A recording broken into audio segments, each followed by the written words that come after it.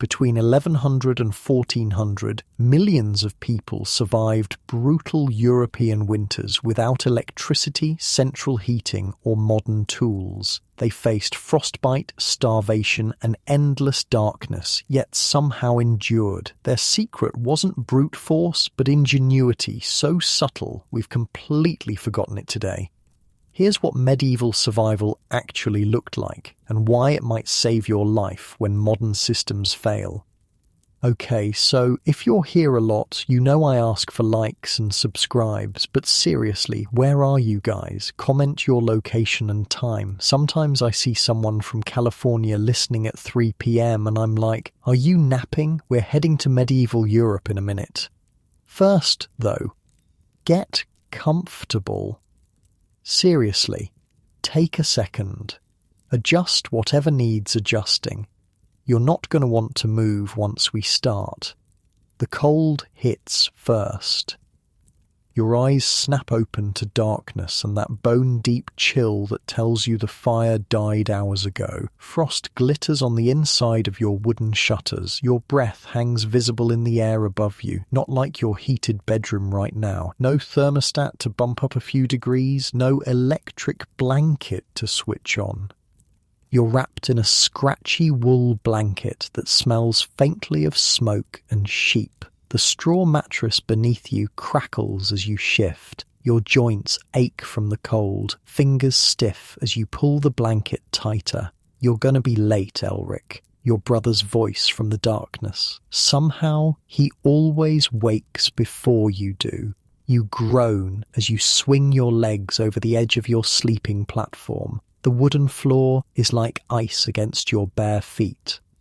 The keeper's already heading up the hill, your brother says, already pulling on his worn leather boots. Shit, not today of all days. Hold up, you mumble, your voice thick with sleep. I'm coming. You dress quickly in the dark. Woolen underclothes, rough linen shirt, leather jerkin, thick woolen hose tied at the waist. No time to eat, no time to wash. The keeper waits for no one, not even his new apprentice.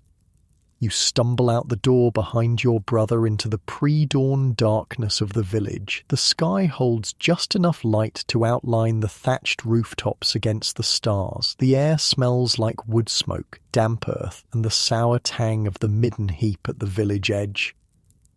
There he goes, your brother whispers, pointing to a hunched figure moving steadily up the path toward the forest. The old man doesn't use a torch, doesn't need one.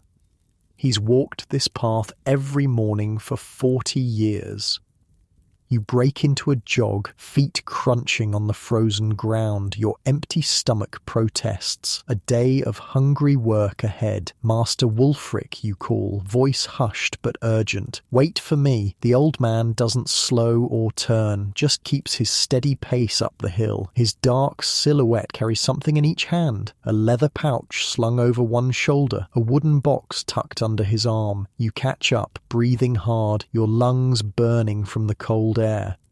You're late, the old man says simply, no anger in his voice, just fact. Sorry, master, the fire went out and the fire went out, he repeats, cutting you off. And why did that happen? You swallow. Day one as the keeper's apprentice, and you've already failed the most basic test. Because I didn't bank it properly before sleeping. The old man finally stops, turning to look at you. His face is a maze of wrinkles in the dim light, but his eyes are sharp. And what did that cost you this morning? You're about to say something flippant, but stop yourself. The old man isn't asking about convenience. Warmth, time, energy to restart it, wood that we could have saved. He nods, satisfied with your answer. Fire is life, boy. Let it die, and a little of you dies with it. So begins your first lesson from the Keeper of Embers. Wait, you're probably thinking, Keeper of Embers? What kind of job is that?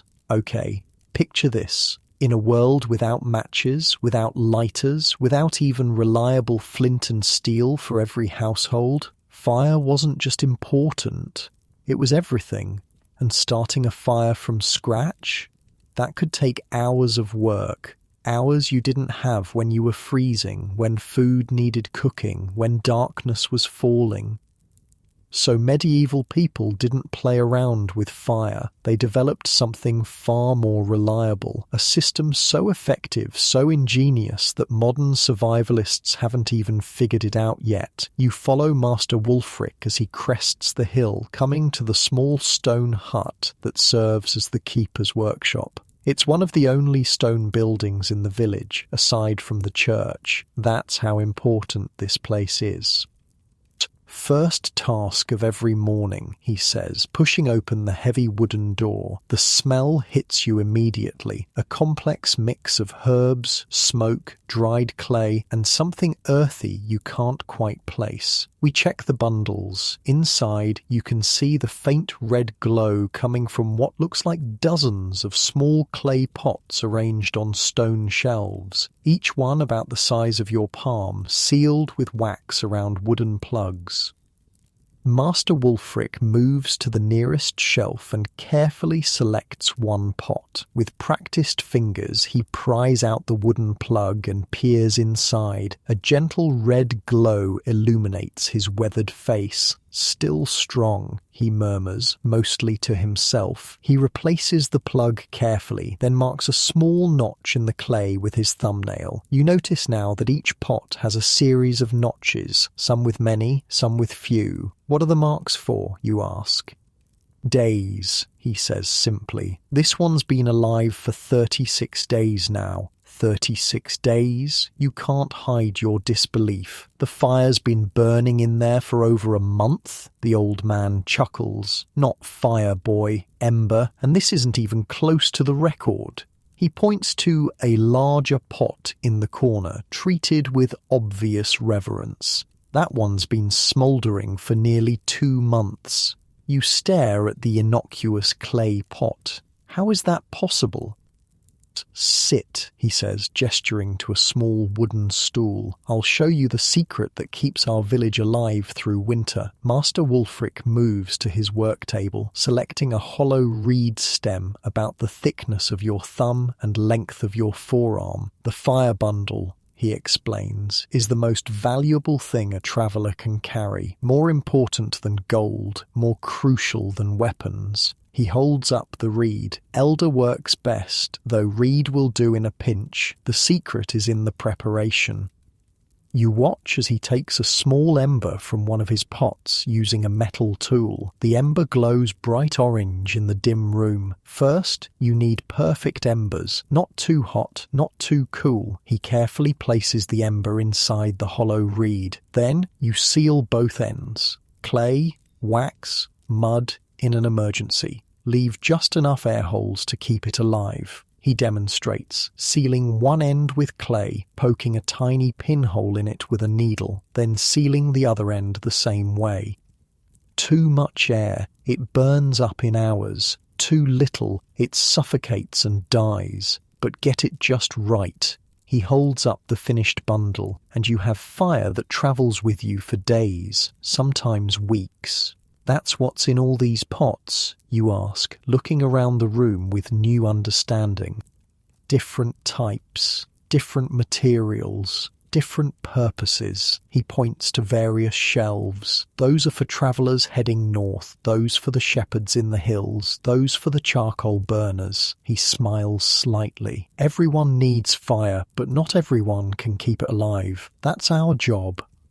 But why not just use flint and steel, you ask? It seems simpler than this elaborate system.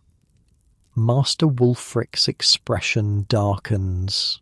Let me tell you about last winter, he says quietly. 3 weeks of rain, everything soaked through. The Oswald family tried for 2 days to strike a spark that would catch. Their youngest, little girl, couldn't have been more than 4, died of cold before they managed it. The room feels suddenly colder as his words sink in.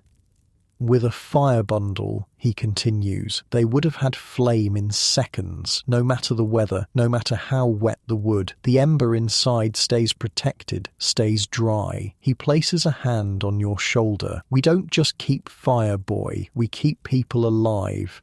Outside, the sun finally breaks over the horizon, casting long shadows through the workshop's small window.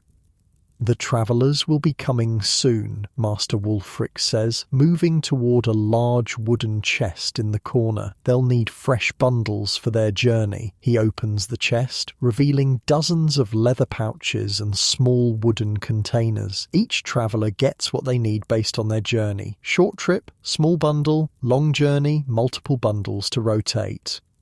You move to help him, still marvelling at the system's elegance. No batteries to run out, no fuel to carry, just patient preservation of an existing flame. Some have special designs, the old man explains, showing you a bundle with a clever sliding cover over its air hole. This one lets the carrier control the burn rate. Open it more when you need it hotter, close it to conserve. And these, you ask, pointing to some strange dried mushrooms in a ceramic bowl. Ah, Master Wulfric's face lights up. The real treasure, tinder fungus, found only on certain birch trees. These can smoulder for extraordinary periods. He picks one up reverently. The record in this village is one that kept an ember alive for over 2 months. As the morning progresses, you help Master Wulfric prepare bundles for the day's travellers. Each one carefully crafted, each ember selected for its quality, each container designed for its specific purpose. Villagers begin to arrive as the sun climbs higher, a merchant heading to the next town, a shepherd taking his flock to higher pastures, a family travelling to visit relatives. The merchant approaches first, a heavy-set man with a face reddened by wind and sun. "Ah, Wulfric, I'll need 3 for the journey to Eastwick," he says, already reaching for his coin purse. 3? Master Wulfric raises an eyebrow. "It's only 2 days' journey, Edwin." The merchant shifts uncomfortably. The road's been wet, and after what happened to the Miller family, he doesn't finish the sentence. He doesn't need to. 3 it is. Master Wulfric nods, selecting appropriate bundles. 1 for your cart, 1 for your night fire, 1 for emergency. Rotate them, as I showed you. The merchant hands over several coins, more than you'd expect for something as simple as fire. "Your new apprentice?" the merchant asks, nodding toward you. "Started today," Master Wulfric says, "still learning the value of what we do." The merchant fixes you with a serious stare. "Last winter, I was caught in a snowstorm near Westbrook. Horse went lame, night falling, temperature dropping. Without my fire bundle, you'd be looking at a frozen corpse right now instead of my ugly face." He pats the leather pouch Master Wulfric hands him. Worth more than gold, these are. Throughout the morning, more villagers come for their fire bundles. Each has a story. Each treats the humble containers with surprising reverence. In the monastery, Master Wulfric tells you during a quiet moment, they maintain eternal flames. Fire that has burned continuously for generations, never extinguished, passed from one bundle to another in an unbroken chain for hundreds of years. You're struck by the thought, the same flame burning for centuries, ancestral fire linking past to present. Tonight, Master Wulfric says, as the day draws to a close, you'll learn to prepare the perfect ember, not too hot, not too cool, the soul of the bundle. As you help close up the workshop, you realize something has fundamentally shifted in how you see the world. Fire isn't just something that exists when needed and disappears when not. It's a living resource, a companion that must be nurtured, protected, respected.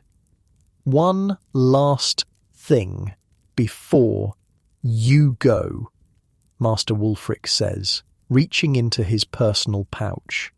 He pulls out a small wooden container, beautifully carved with symbols you don't recognize. He hands it to you.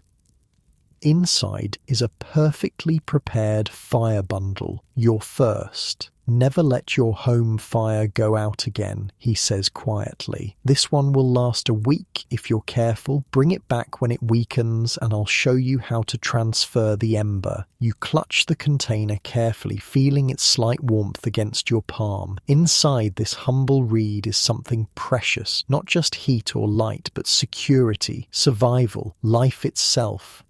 As you walk back down the hill toward your family's hut, the weight of the container in your hand feels significant. You're carrying more than fire. You're carrying an ancient technology, a forgotten wisdom, unlike the flashlights with batteries that die, the lighters that run out of fuel, the matches that get wet. This simple system creates a closed loop, a perpetual resource that, with care, never needs replacement. The genius isn't that it worked back then. It's that we've forgotten it now, when we might need it most. In your warm, comfortable bed tonight, you don't have to worry about your fire going out. Your heating works automatically. Light comes at the flip of a switch, but somewhere in the back of your mind, a quiet voice might wonder, what would you do if those systems failed?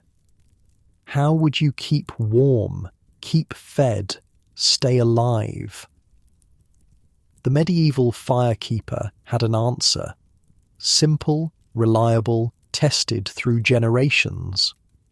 Sometimes the oldest solutions are still the best ones. Your family's hut comes into view. Tonight, thanks to your new knowledge, the fire won't go out. Tomorrow, there will be warm embers waiting to greet the dawn. And as the weeks pass, you'll learn there are more forgotten systems, equally ingenious, equally forgotten, that kept medieval people alive through challenges we can barely imagine. The fire bundle was just the beginning.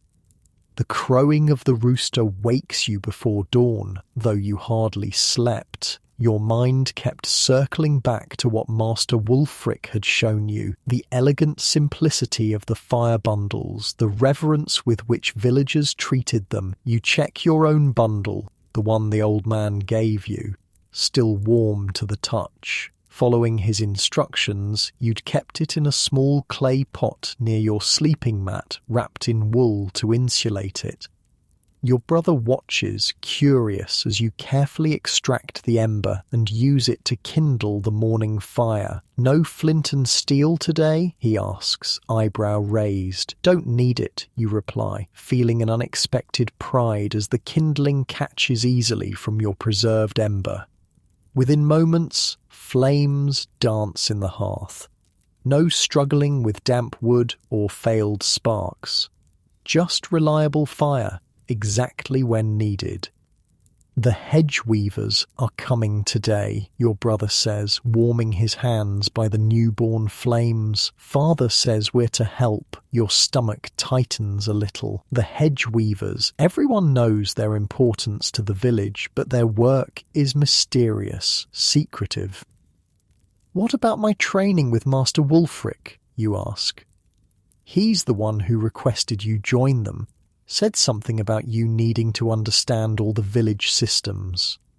After a quick breakfast of hard bread and thin ale, you make your way to the village edge. The morning mist still clings to the fields, but you can see a group of men and women gathering by the northern boundary, carrying an assortment of tools, billhooks, saws, large wooden mallets, coils of flexible willow branches. Master Wulfric is among them, talking with an imposing woman whose silver-streaked hair is braided tightly against her head.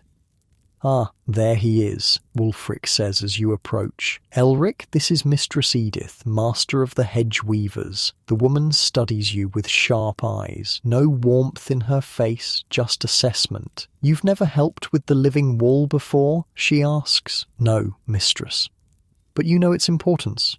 You hesitate. Everyone knows the hedge wall surrounds the village, but beyond that, it keeps wild animals out. A ripple of laughter moves through the gathered workers. Mistress Edith doesn't smile. It does a great deal more than that, boy. Come, today you learn what truly protects this village, and it's not the Lord's men or their steel. The group moves toward the northern edge of the village, where the massive hedgerow stands like a green fortress wall. You've seen it your entire life, of course, but never really looked at it. Now, approaching with purpose, you're struck by its size and density. Easily 15 feet high in places, so thick you can't see through it. This section needs maintenance, Mistress Edith explains, pointing to an area where the growth seems particularly wild. It was last laid 4 years ago. All laid, you ask? She hands you a pair of thick leather gloves. Watch first, then you'll help. 2 men approach a young tree growing within the hedgerow, a hawthorn with a trunk about as thick as your wrist. Using a billhook, one man makes a deep cut into the trunk, about 2 feet from the ground. Not enough to fell the tree, but enough to weaken it. The cut must be precise, Mistress Edith explains. Too deep, and the tree dies. Too shallow, and it won't bend properly. With the cut made, both men grasp the trunk and slowly, carefully bend it horizontal, parallel to the ground. You expect it to snap, but the partial cut allows it to bend without breaking completely. This is hedge laying, she continues. We partially cut the living trees and bend them horizontally. As they heal, they'll grow both upward and outward, creating a living wall that can't be easily cut or burned. You watch in fascination as the men secure the bent tree using wooden stakes. The hawthorn now forms a living barrier about waist high. Your turn, Mistress Edith says, pointing to another young tree. Under her watchful eye, you make your cut, too shallow at first, and she has you deepen it slightly. The sensation of bending the living tree is strange. There's resistance, a tension that feels like the tree is fighting back until suddenly it gives way and lays horizontal. Good, she nods. Now you understand the basic technique, but this is just the beginning of what the living wall does for us. Throughout the morning, you work alongside the hedge weavers. It's harder labour than you expected, and your hands blister despite the gloves. But slowly, you begin to see the genius of the system.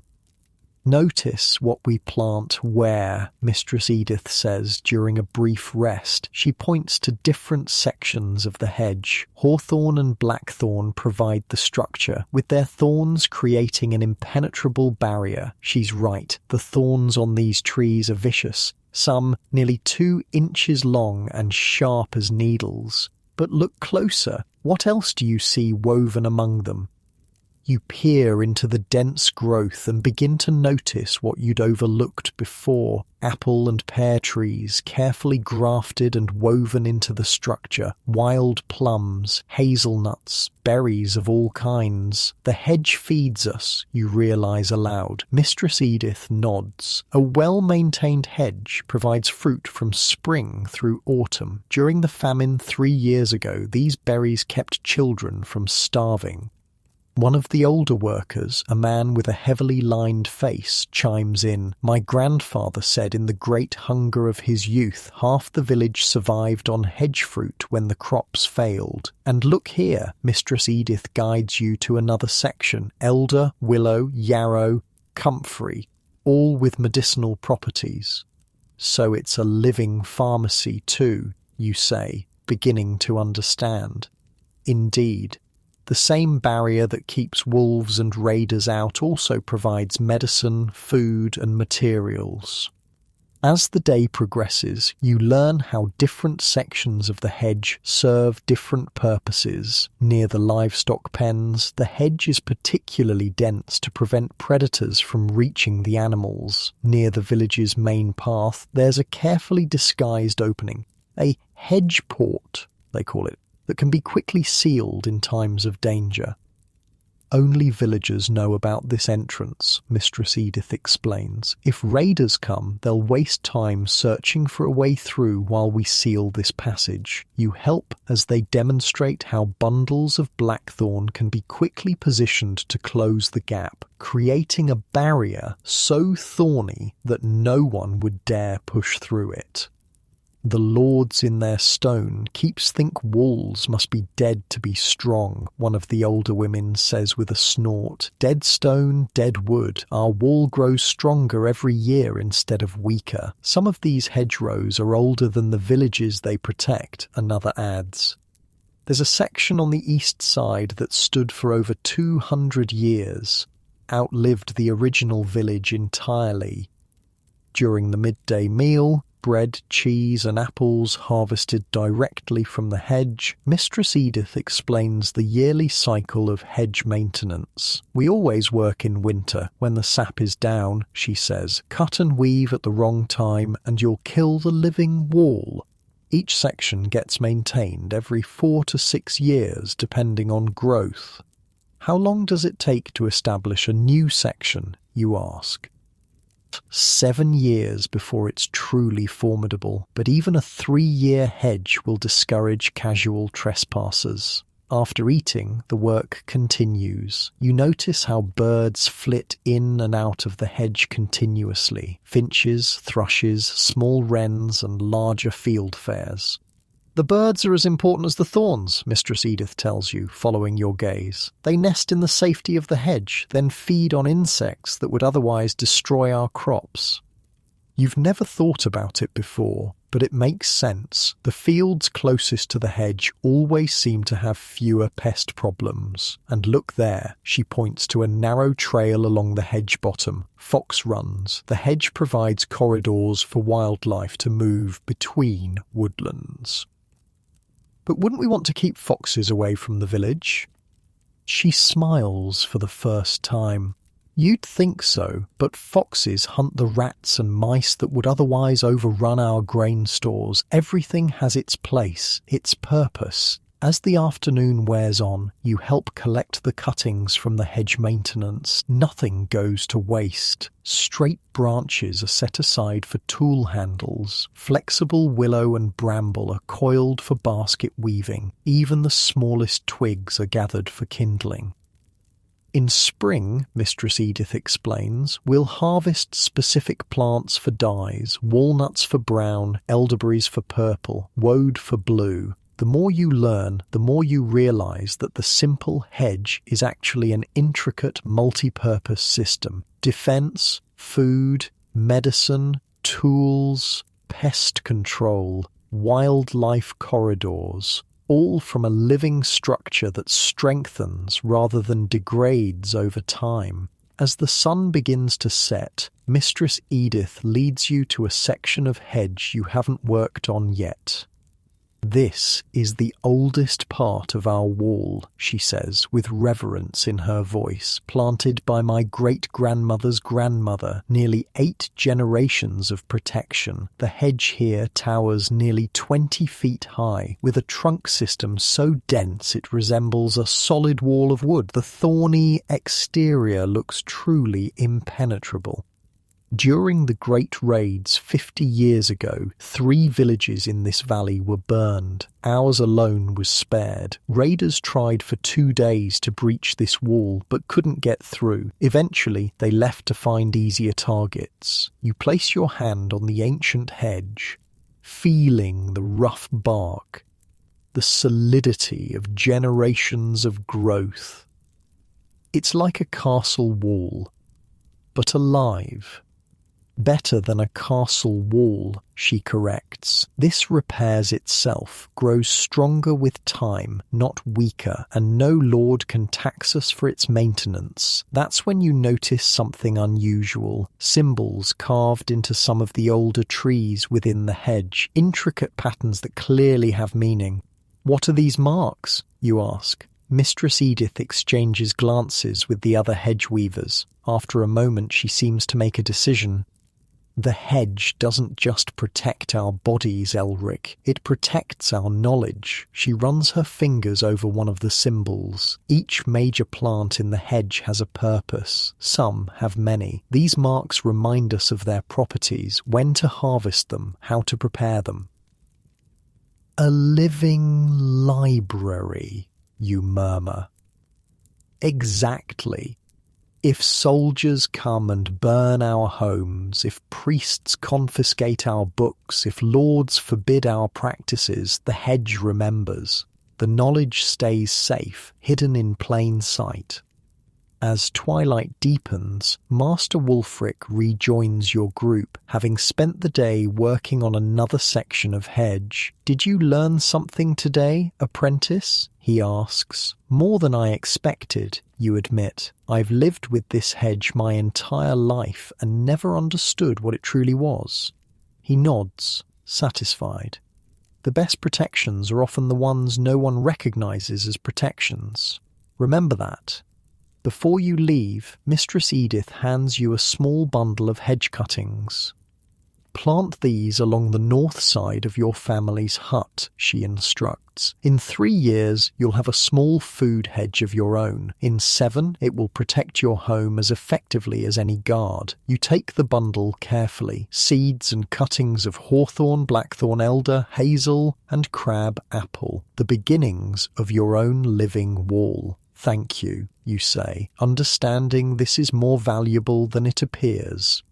"One more thing before you go," she says, her voice lowering. "The great storm last autumn damaged the eastern section badly. We'll need to replant. Meet us there tomorrow at dawn. Bring a spade if you have one." You nod, honoured to be included in such important work. Walking home in the gathering darkness, your mind whirls with all you've learned. 2 days of apprenticeship have already revealed 2 interconnected survival systems your village relies on: fire preservation and living fortifications, and yet neither would impress a modern observer. No complex machinery, no rare materials, just generations of accumulated wisdom working with nature instead of against it. Your brother is waiting when you return home, curious about your day with the hedge weavers. "Did they show you the hawk's nest?" he asks as you warm yourself by the fire, still burning strong thanks to your morning ember. "Hawk's nest? No. Why?" He grins. "There's a pair of hawks that nest in the tallest part of the southern hedge each year. The weavers protect them because they keep the pigeon population in check. The pigeons would destroy our seeds otherwise." Another layer of protection you hadn't even seen. You wonder how many more there are, how many systems working in harmony that you've never noticed. You place your bundle of hedge cuttings carefully beside your sleeping mat, next to the clay pot holding your fire bundle. 2 forms of protection, 2 technologies more sophisticated than they appear. "Get some sleep," your brother advises. Dawn comes early for hedge weavers. As you drift towards sleep, you can't help but wonder what other forgotten knowledge awaits you tomorrow. The living fence wasn't primitive. It was the ultimate expression of working with nature instead of against it. Modern fences rust, decay, require constant maintenance and eventually fail completely. But somewhere in England there are hedgerows still standing that were first laid by medieval hands, living walls that have outlasted empires. That's not primitive technology, that's genius. Dawn brings a thin, cold drizzle, the kind that soaks through clothes faster than a downpour. You join the hedge weavers at the eastern boundary as promised, hood pulled against the weather, spade in hand. The damaged section is worse than you expected. A massive oak had fallen during the autumn storm, crushing nearly 30 feet of ancient hedgerow. "We'll need to start fresh here," Mistress Edith says, surveying the damage with a frown. "Full replanting." The work is grueling, clearing the fallen tree, digging new trenches for saplings, planting in precise patterns that look chaotic to your untrained eye, but follow Mistress Edith's exacting specifications. "Blackthorn on the outside," she instructs. "Hawthorn behind. Crabapple at 10-foot intervals. Elder at the corners." By midday, your hands are blistered despite the gloves, your back aching from digging in the cold, wet soil. But there's satisfaction in the work, knowing you're rebuilding a protection that might stand for centuries. "Elric," a voice calls from the village path. You look up to see your cousin Leif jogging toward you, out of breath. Your father sent me, he pants. There's smoke rising from the Aylwoods barn, all able hands needed. Your heart sinks. Fire in the village is everyone's nightmare. Thatch burns like tinder, and a stray spark can destroy years of work in minutes. Go, Mistress Edith says immediately. We'll continue here. You drop your tools and run with Leif back toward the village centre, expecting to see flames, hear shouts of panic. Instead, you find a small crowd gathered calmly around the Aylwoods barn.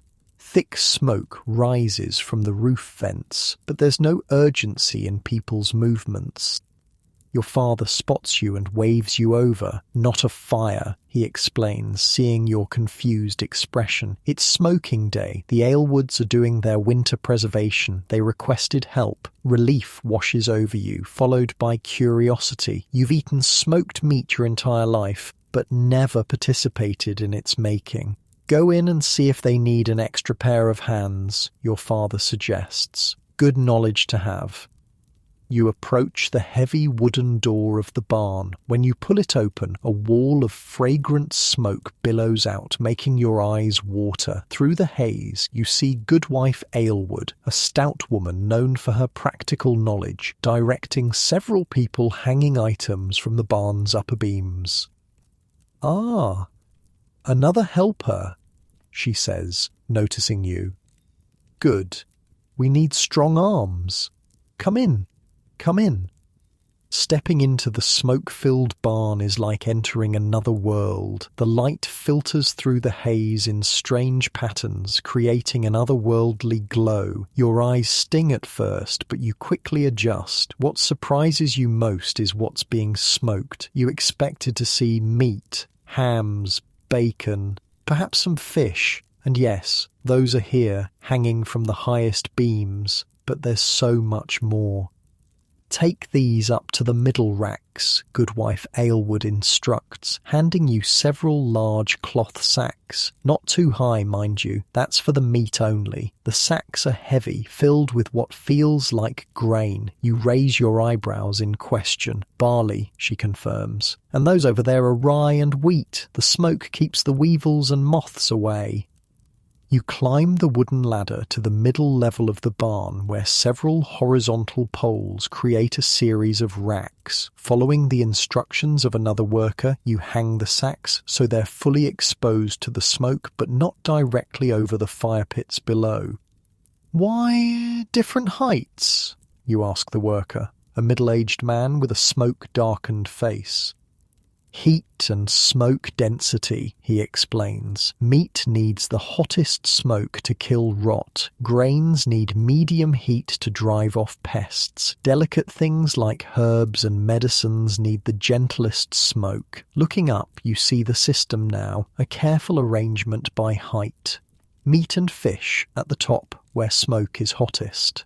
Grain sacks in the middle, and at your eye level, bundles of herbs, flowers, and what appear to be medicinal plants spread on wide, flat racks. "Is this all from one family?" you ask, surprised by the quantity. The man laughs. No, the whole village uses the Aylwood smoke barn. They have the best setup, and Goodwife Aylwood knows the smoke better than anyone. Each family brings their goods on their assigned day. Back on the ground floor, you report to Goodwife Aylwood for more instructions. "What's burning?" you ask, noticing multiple fire pits with different coloured smoke rising from each. She gives you an appraising look. "You've an interest in the smoke craft." "I'm learning the village systems," you explain. "Master Wulfric's apprentice." Her expression changes to one of respect. "Ah, the new keeper in training. Well then, you should understand what we're doing here." She gestures to the different fire pits. Each wood creates different smoke with different properties. She points to the pit with the whitest smoke. Apple wood there, sweet smoke, good for pork and fowl, gives a golden colour. She moves to the next. Oak, strong smoke, best for beef and heartier foods, preserves longest. And finally to a pit with bluish smoke. Juniper and pine creates a barrier that insects won't cross. We use it mainly for grains and textiles. I didn't know different woods made different smoke, you admit. Or most don't, she says, with a hint of pride. They throw any wood on the fire and hope for the best, but there's knowledge in smoke, old knowledge. For the next hour, you help carry items to their proper locations in the smoke hierarchy. It's exhausting work in the thick air, but fascinating. You see things you never expected to be smoked. Bundles of linen cloth, coils of rope, leather hides, even wooden tools.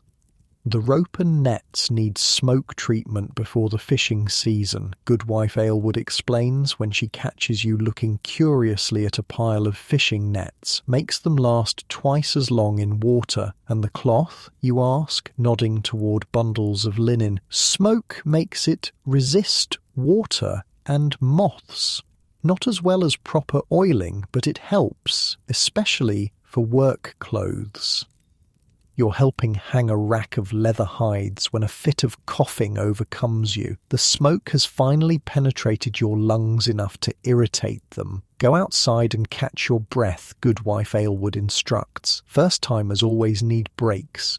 Grateful, you step outside into the cool air. Your clothes reek of smoke, and you can taste it on your tongue, but the fresh air is a relief. Several others are also taking breaks, sitting on logs near the barn entrance.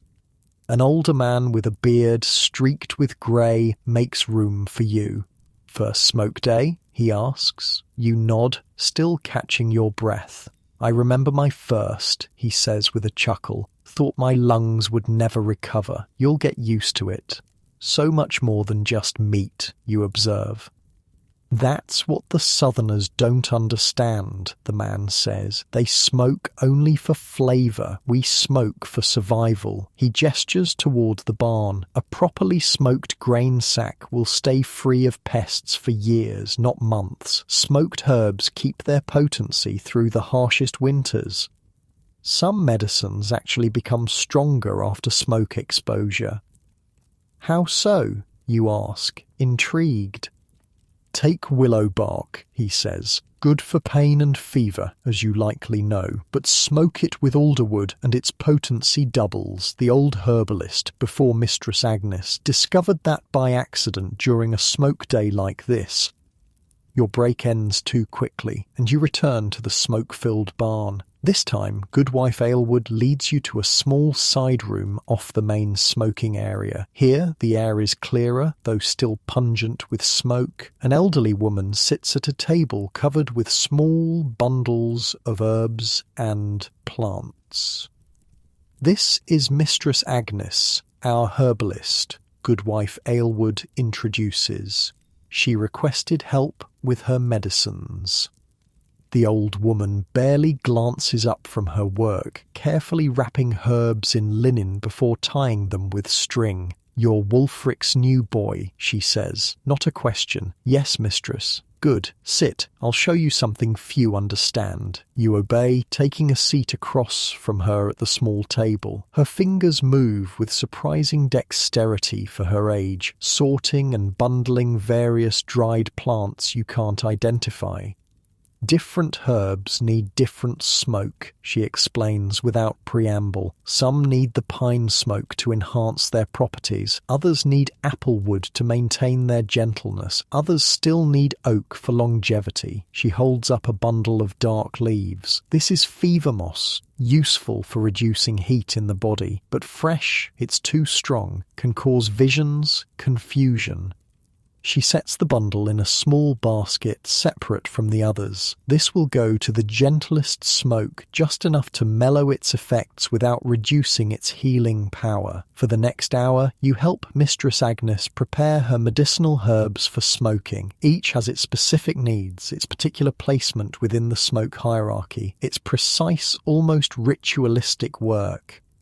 The monks claim all healing comes from prayer, she says after a long silence, but they still send for my smoked herbs when sickness comes to their doors. There's a hint of satisfaction in her voice. Have you always been the village herbalist? You ask. 30 years now.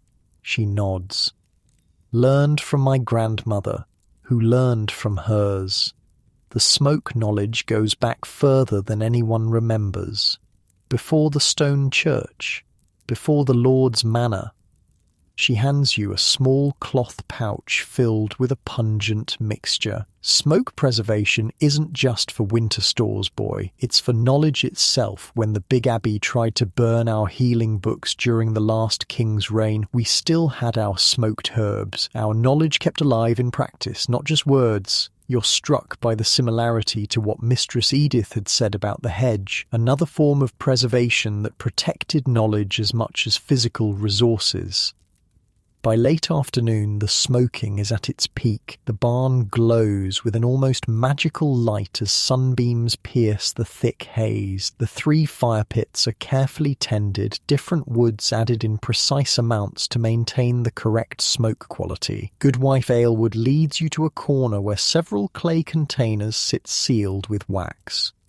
The most valuable part, she says, tapping one of the containers. Smoke ash. We collect it from each type of wood separately. The ash from apple wood makes the best soap for delicate things. Oak ash makes lye for the strongest soap. Pine ash mixed with fat creates a salve for winter rashes and chilblains. You marvel at the completeness of the system. Nothing wasted, everything transformed. How long will all this stay in the smoke? You ask, gesturing to the hanging food and materials.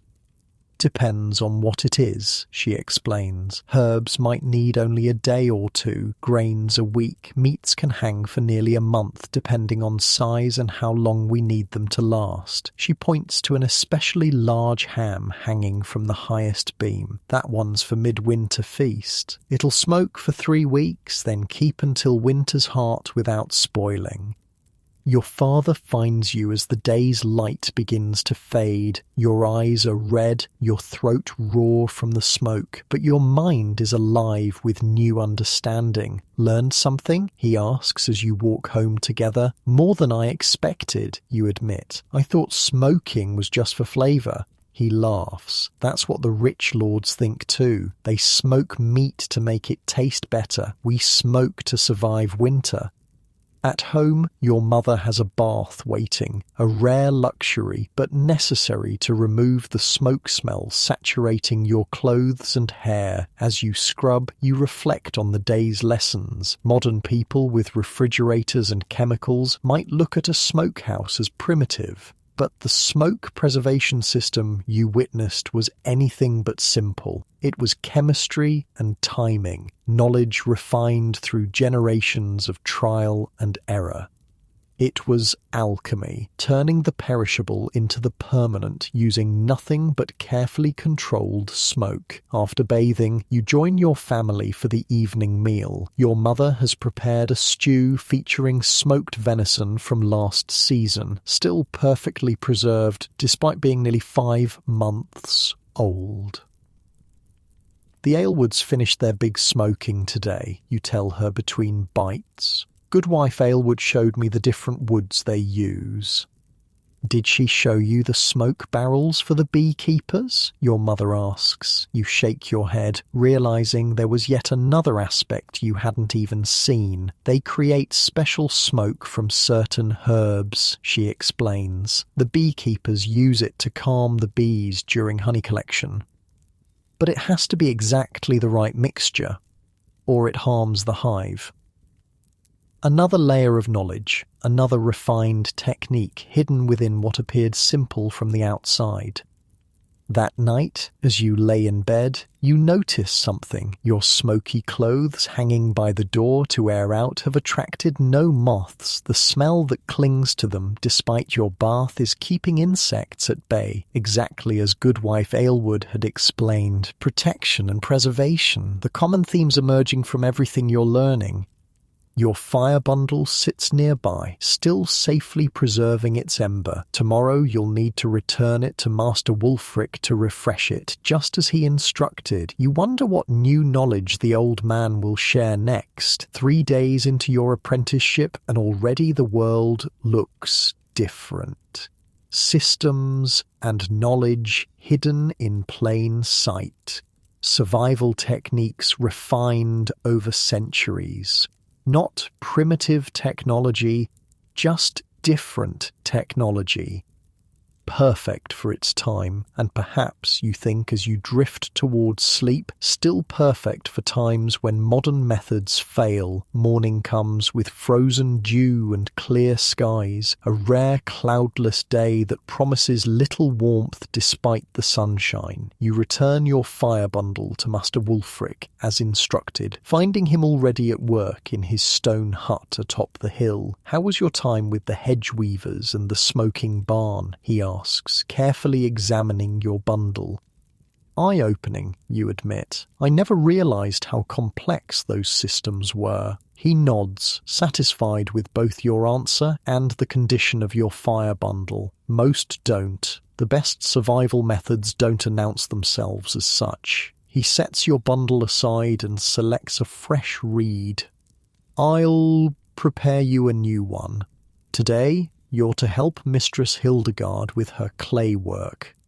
"The potter?" you ask, surprised. You know of her, of course. Every village needs someone skilled with clay, but you hadn't expected her work to be part of your apprenticeship. "She's more than just a potter," Master Wulfric corrects, already preparing a fresh ember for your bundle. "She creates what some might call batteries." Batteries? The word is unfamiliar. "Vessels that store things," he explains. "Not just water or grain, but cold, heat, even preservation itself. Go to her workshop by the creek. Tell her I sent you to learn about the cooling emporas."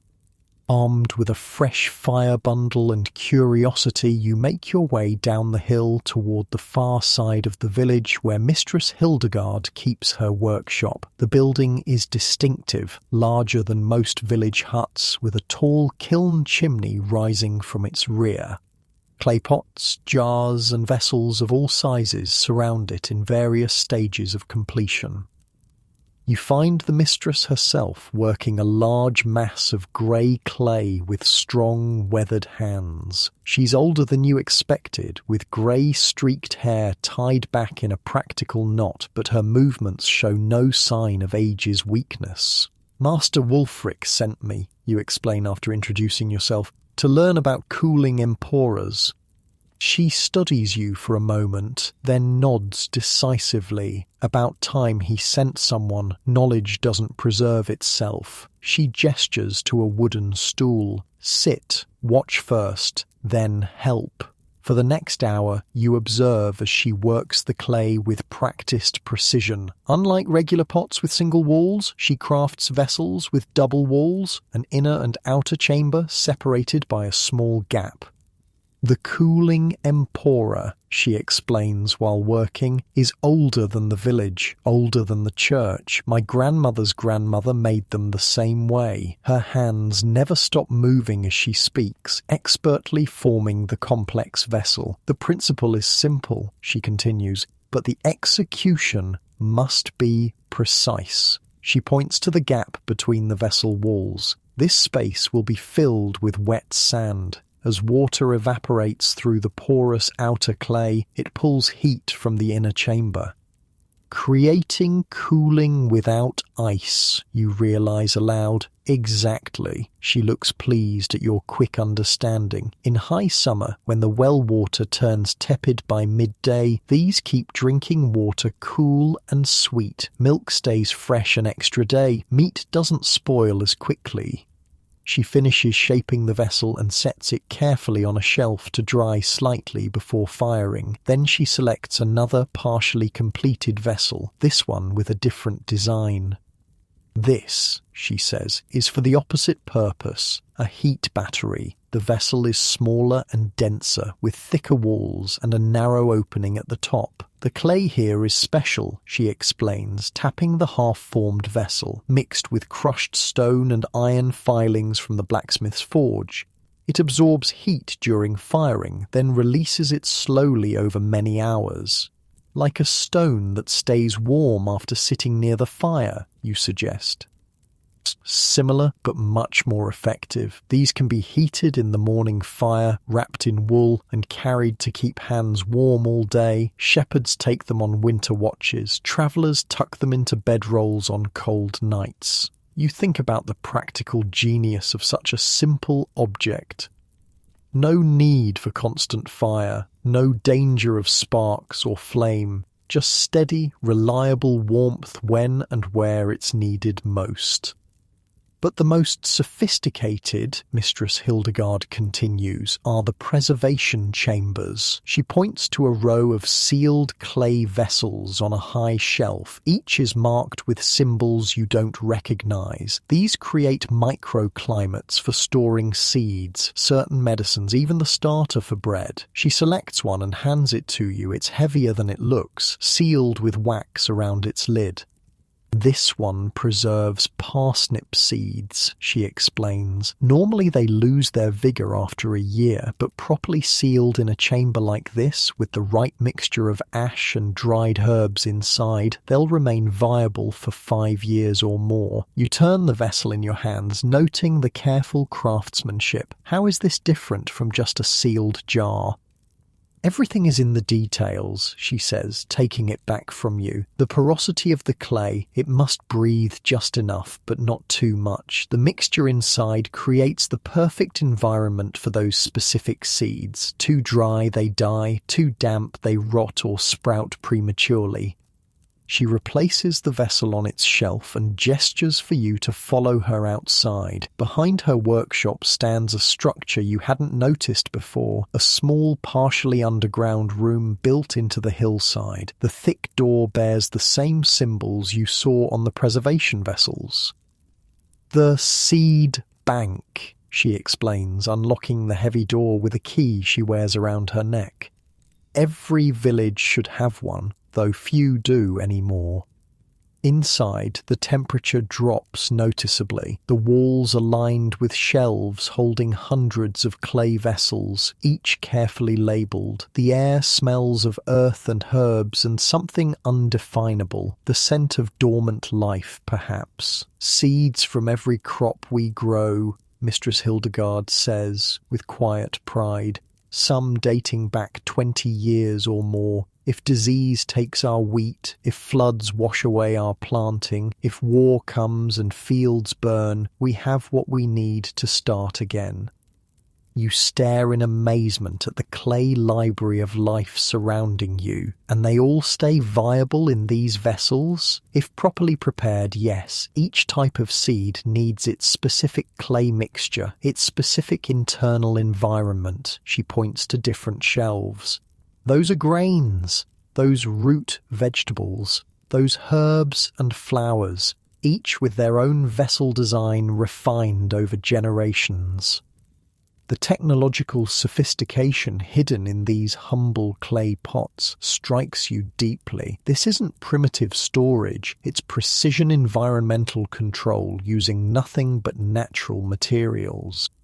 Back in the workshop, Mistress Hildegard puts you to work, first helping to prepare clay, mixing it with different materials for different purposes, then assisting as she throws pots on her wheel. It's harder than it looks. Your first attempts at forming vessels are laughable compared to her precise creations. Don't worry, she chuckles, seeing your frustration. It takes years to master. Today is just for understanding. Midday brings a short break. You share a simple meal of bread and cheese, eating outside in the winter sunshine. Despite the clear sky, the air remains bitterly cold. Perfect weather for demonstrating the cooling empora's cousin, Mistress Hildegard says, disappearing briefly into her workshop. She returns with what looks like an ordinary clay pitcher, but with subtle differences you now recognize: double walls, slightly porous outer surface.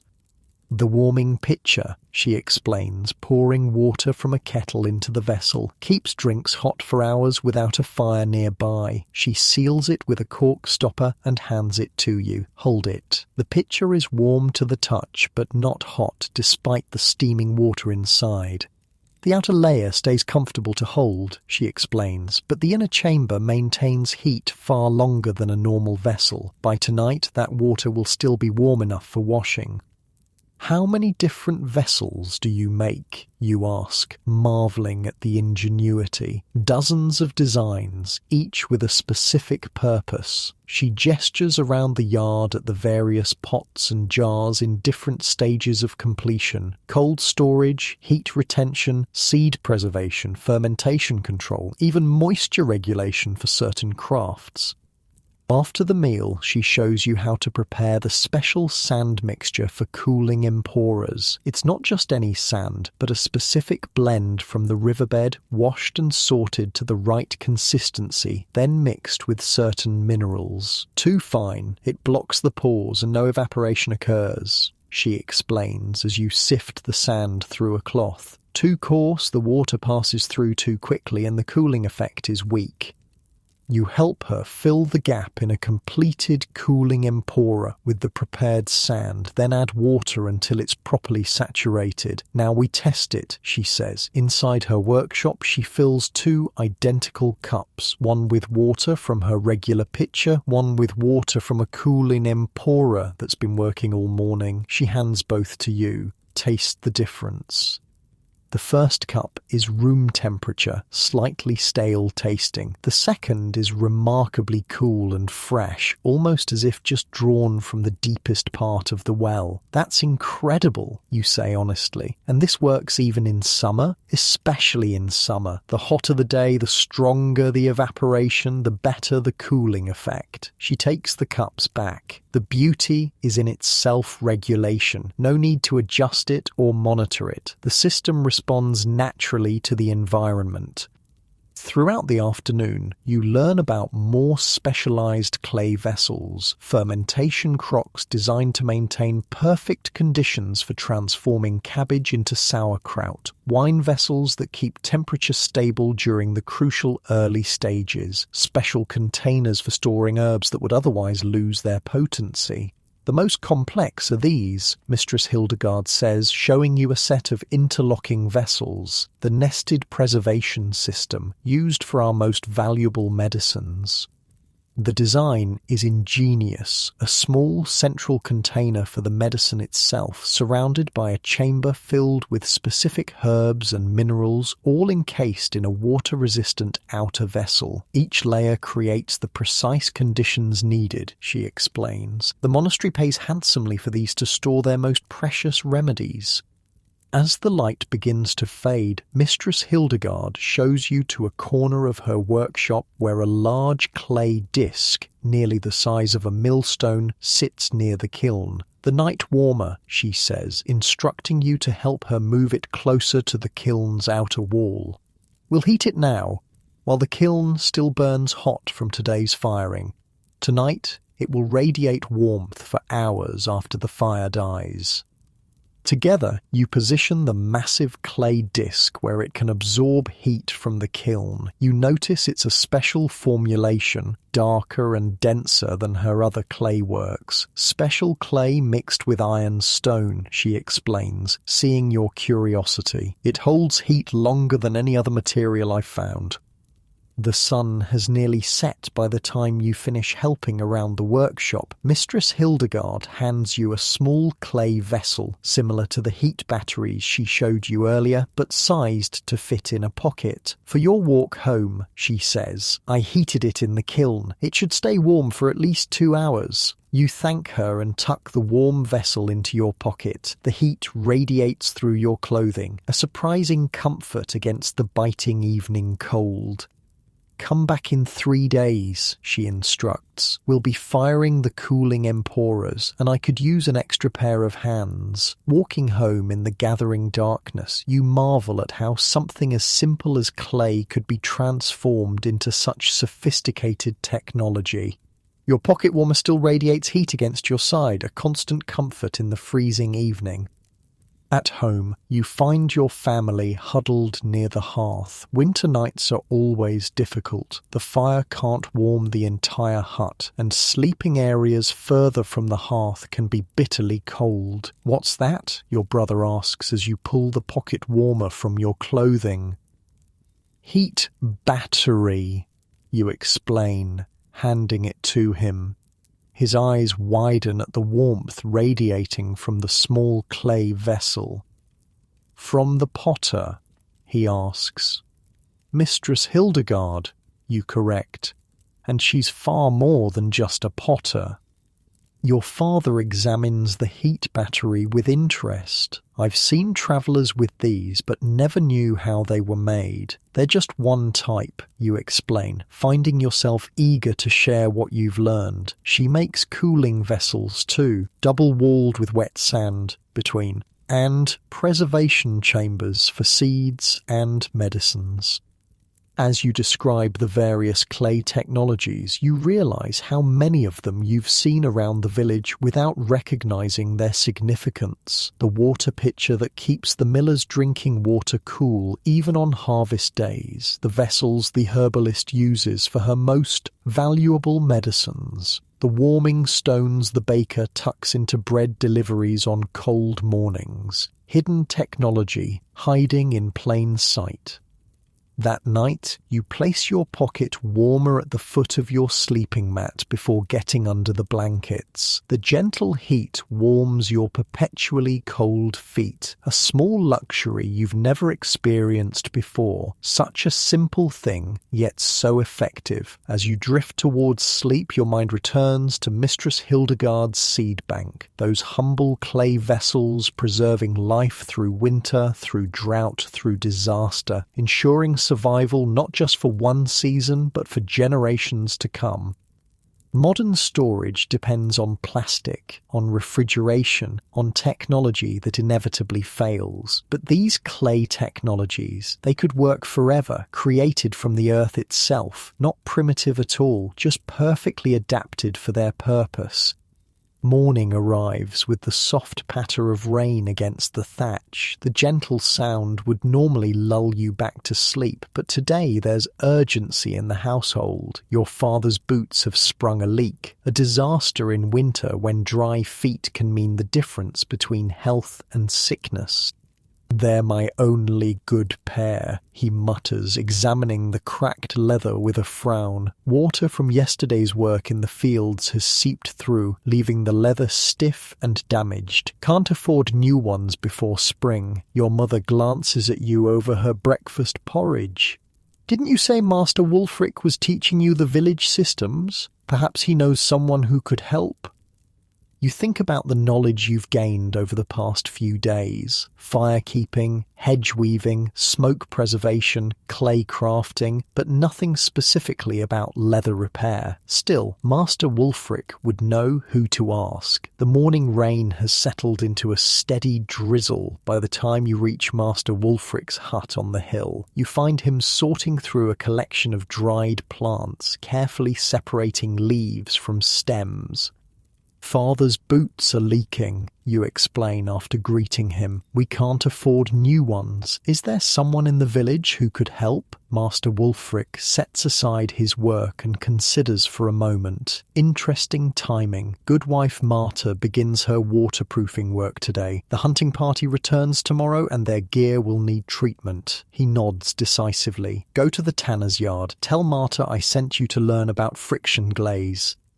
The tanner's yard sits downwind of the village for good reason. The process of turning animal hides into usable leather produces smells that turn stomachs. But today, as you approach, the usual stench is masked by a different scent, sharp, resinous, almost pleasant.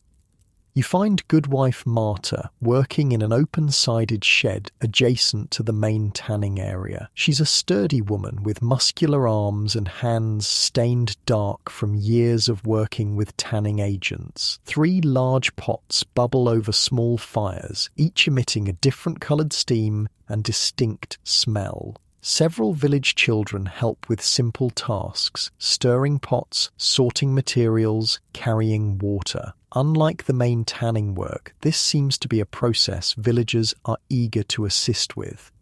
Master Wulfric sent me, you explain, approaching Goodwife Marta, to learn about friction glaze. My father's boots are leaking. She looks you up and down, then nods. Wulfric's new apprentice, heard about you. She wipes her hands on her apron. Boots are easy enough. We'll do them last after you've learned the process. She gestures to the bubbling pots. Friction glaze is all about the right ingredients and proper application. Nothing else works as well for keeping water out while letting sweat escape. She taps the largest pot. This is the base, pine resin collected last spring when the sap runs strongest. Rendered animal fat from last month's slaughtering, beeswax from the summer hives. The mixture in the pot has a golden amber colour and gives off a rich woody scent. Different items need different mixtures, she continues, moving to the second pot. This one's for fishing nets and ropes, more resin, less wax, with crushed charcoal added to fight rot in water. The second mixture is darker, almost black. The third pot contains a paler, more translucent substance, and this is for finer leathers and cloth, lighter, with more beeswax for flexibility. A village man approaches with a heavy woolen cloak draped over his arm. For the hunting trip tomorrow, he explains, handing it to Goodwife Marta. Needs fresh treatment. Perfect timing, she tells you. You can learn on Oswald's cloak. She turns to the man. Come back before sundown. It should be ready by then. After he leaves, Goodwife Marta spreads the cloak on a large wooden table. Though clean, the wool shows signs of wear, with thin spots at the shoulders and elbows. First, we check for repairs needed, she explains, carefully examining the garment. Finding a small tear near the hem, she quickly stitches it with waxed thread. Always repair before waterproofing, otherwise the water finds the weakness. With the cloak prepared, she moves to the first pot and uses a wooden paddle to scoop some of the amber mixture into a shallow bowl. It has cooled enough to form a thick paste. "For now," she says, scooping a generous dollop onto her palm. "The secret isn't just the mixture, it's the application." She hands you a smaller amount. Rub it between your palms until you feel the heat build. You follow her instructions, working the waxy substance between your hands. Initially stiff and resistant, it gradually softens as the friction warms it. "Feel that?" she asks. The heat is essential. It opens the fibres, allows the mixture to penetrate rather than just coat the surface. Once the paste has warmed sufficiently, she begins applying it to the cloak with vigorous circular motions. The pressure of her hands is substantial. This isn't gentle treatment, but forceful working of the material. Many people make the mistake of just smearing it on top, she explains, her strong arms never ceasing their motion. That creates a coating that cracks and peels, useless after a few rains. The mixture must become part of the material itself. She guides you to help, showing you how to apply proper pressure, how to work systematically across the fabric. It's hard labour. Within minutes your arms ache and sweat beads on your forehead despite the cool day. This is why it's called friction glaze, she says, noting your exertion. The friction does as much work as the mixture itself.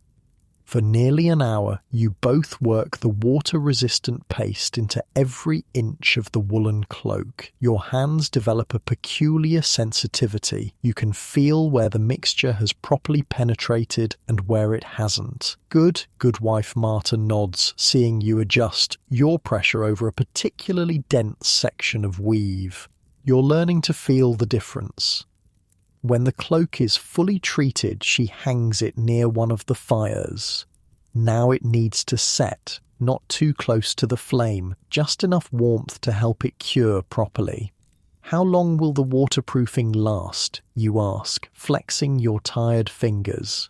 "If done properly, a full season of hard use, more with occasional reapplication to worn spots."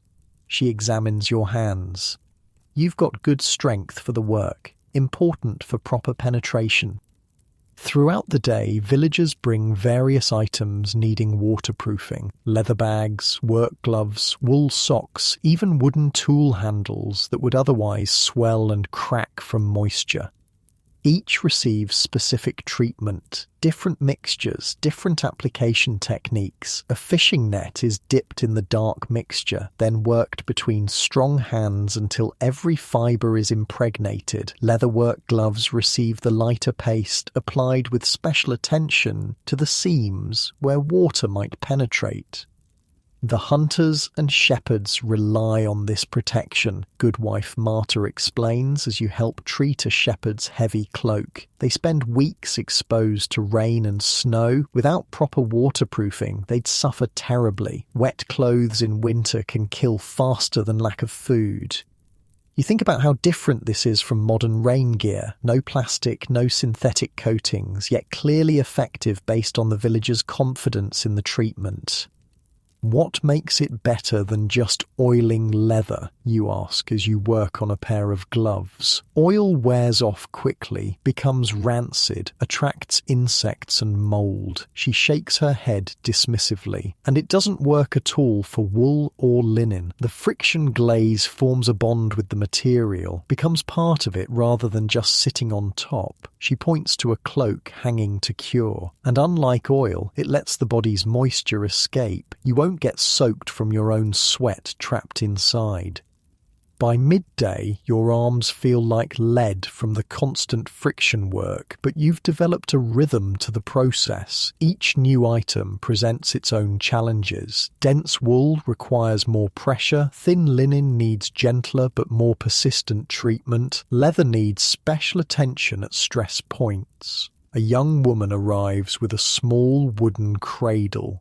"For my sister's new baby," she explains. "The roof leaks near where she sleeps."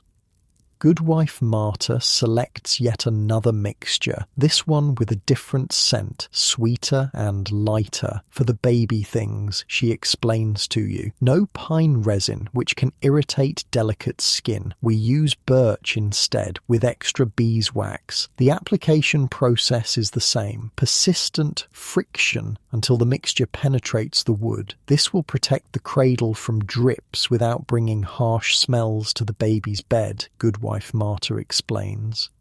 As the afternoon progresses, you notice how Goodwife Marta adjusts her mixtures for different purposes. Some items receive additional ingredients: crushed charcoal for items exposed to strong sunlight, certain herbs mixed in to repel insects, fine mineral powder for flexibility in extreme cold. "The forest provides everything we need," she tells you while preparing a fresh batch. Pine for general waterproofing, spruce for items that need flexibility in cold, birch for items touching skin. She points to various containers of collected resins. Each has its properties, its purpose.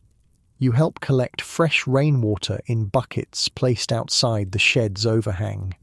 This water, she explains, is used to test the waterproofing. The best way to know if the treatment worked, she says, taking the now cured shepherd's cloak down from its hanging place, she pours water over the wool. Instead of soaking in, the droplets bead beautifully on the surface, rolling off without leaving a trace of dampness behind. "Perfect," she nods with satisfaction. "That will keep Cedric dry even in the worst mountain storms." Late in the day, a grizzled old hunter arrives with an assortment of leather goods, a quiver, knife sheaths, and a weather-beaten hunting bag. "The eastern forests are flooded this season," he explains. "We'll be wading through swamp for days. Need the best you've got, Marta." She selects ingredients with particular care for his equipment, creating a mixture you haven't seen used yet, darker, with a greenish tint. Special blend, she tells you quietly as the hunter steps outside for a moment, with added moss extract for disguising human scent, makes him harder for animals to detect downwind. The hunter's gear receives the most thorough treatment of the day. Every stitch, every seam, every potential entry point for water gets special attention. You help with the simpler pieces, now confident enough in the technique to work somewhat independently.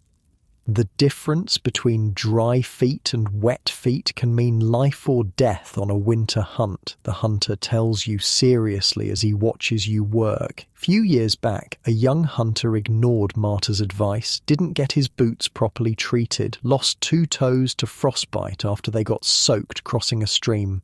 Finally, late in the day, Goodwife Marta turns her attention to your father's boots. She examines them critically, noting the worn spots and cracked areas.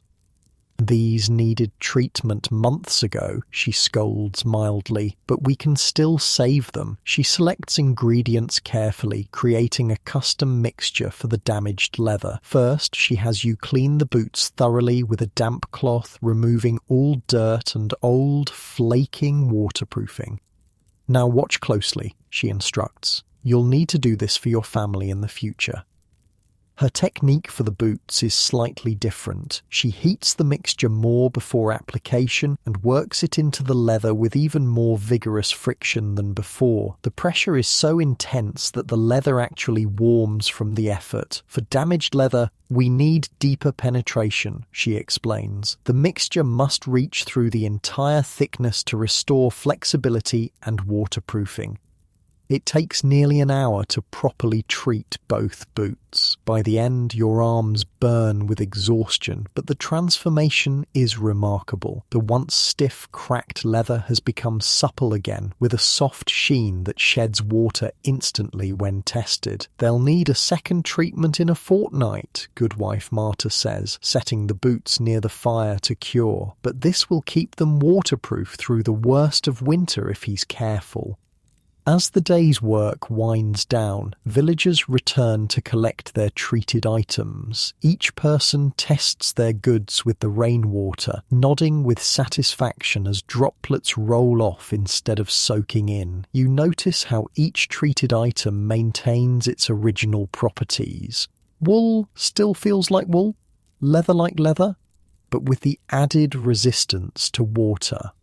Unlike modern plastic coatings that change how a material feels, this treatment enhances without fundamentally altering. "One last thing before you go," Goodwife Marta says as you prepare to leave with your father's boots. She hands you a small clay pot with a tightly fitted lid. Inside is a portion of the waterproofing mixture for emergency repairs, she explains. "If the boots begin to leak again before spring, warm this between your hands and work it into the problem area. Not as good as a proper treatment, but it will get him through until you can bring them back." You thank her and carefully pack the precious mixture in your bag alongside the boots. "Come back when you have time," she adds. "There's more to learn about protection from the elements, different mixtures for different seasons. Spring treatments need to repel insects as well as rain. Summer treatments need to allow more cooling. Winter treatments need more flexibility in extreme cold." Walking home as the day fades, you marvel at the sophistication of what you've learned. To an outsider, it might look like simply rubbing wax onto fabric, but you now understand the precise combinations, the specific application techniques, the careful curing process that turns simple ingredients into exceptional protection. Your modern rain jacket, waiting in your closet in 2025, will eventually degrade, its synthetic waterproofing failing after a few years. But the friction glaze system you've just learned has worked reliably for centuries, using only materials found in any forest. At home, your father examines his transformed boots with amazement. "Better than when they were new," he admits, bending the now supple leather that was stiff and cracked this morning. That night, rain pounds harder against the thatch, but your thoughts aren't on leaks or dampness. Instead, you find yourself categorizing the village technologies you've learned so far, each one perfectly adapted to its purpose, each one sustainable in a way modern solutions often aren't. The consistent theme emerges again. These weren't primitive stopgaps waiting for better technology. They were sophisticated systems refined over generations to work perfectly with available materials. Not primitive at all, just perfectly adapted. Dawn breaks through thinning clouds, the rain finally spent after 3 days of steady downpour. Puddles reflect the grey-pink sky, and every surface drips with lingering moisture. Perfect timing for your father to test his newly waterproofed boots as he heads to the fields to assess flood damage. You're helping your mother hang sodden bedding to dry near the hearth when Master Wulfric appears at your door.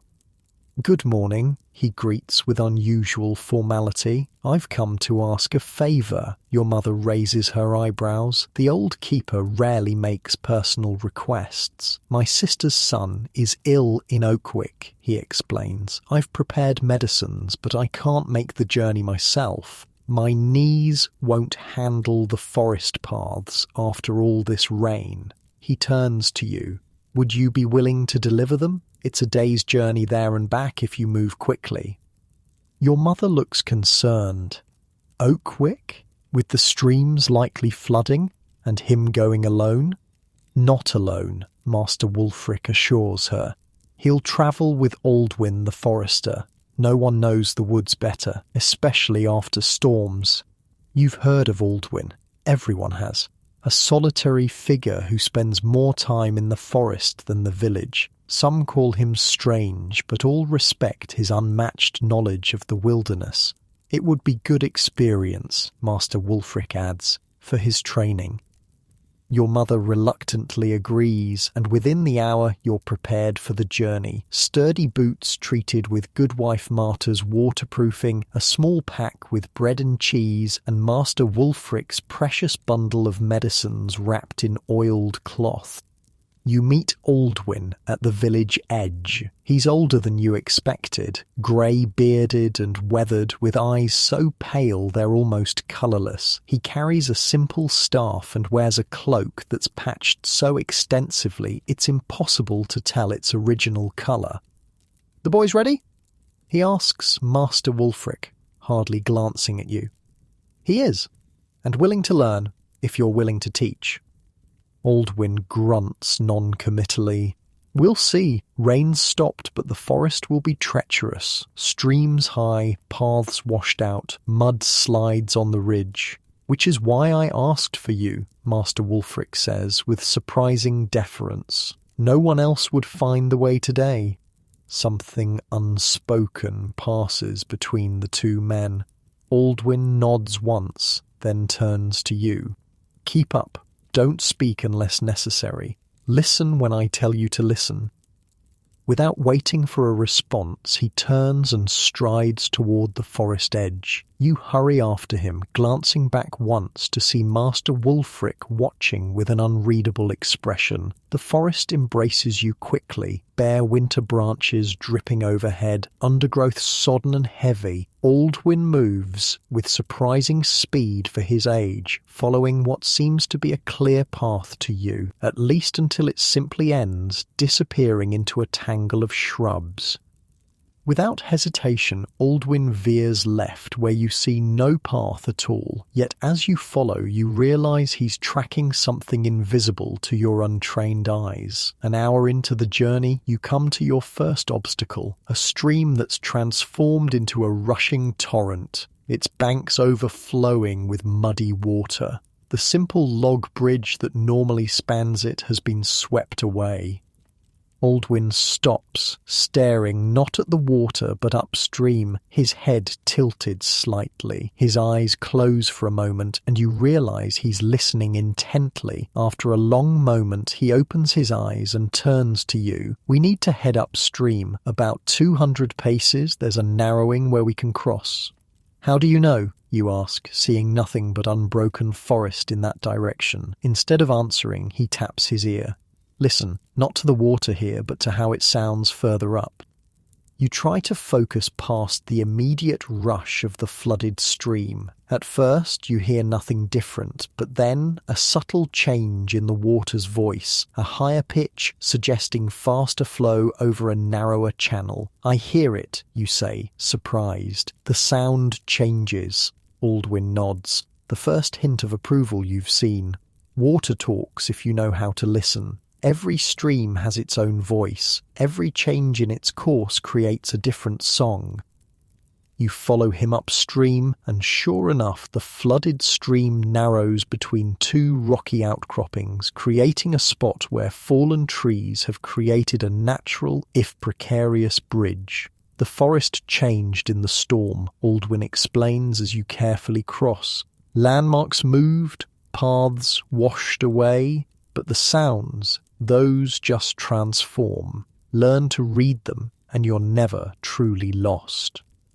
The journey continues, and you notice how often Aldwin stops to listen, head tilted, eyes sometimes closed, absorbing information you can only guess at. He never consults the position of the sun or looks for moss on trees, those navigation techniques you've heard about. Instead, he seems to navigate entirely by sound. When you stop for a brief rest and a bite of bread, your curiosity finally overcomes his instruction for silence. How do you know which way to go just by listening?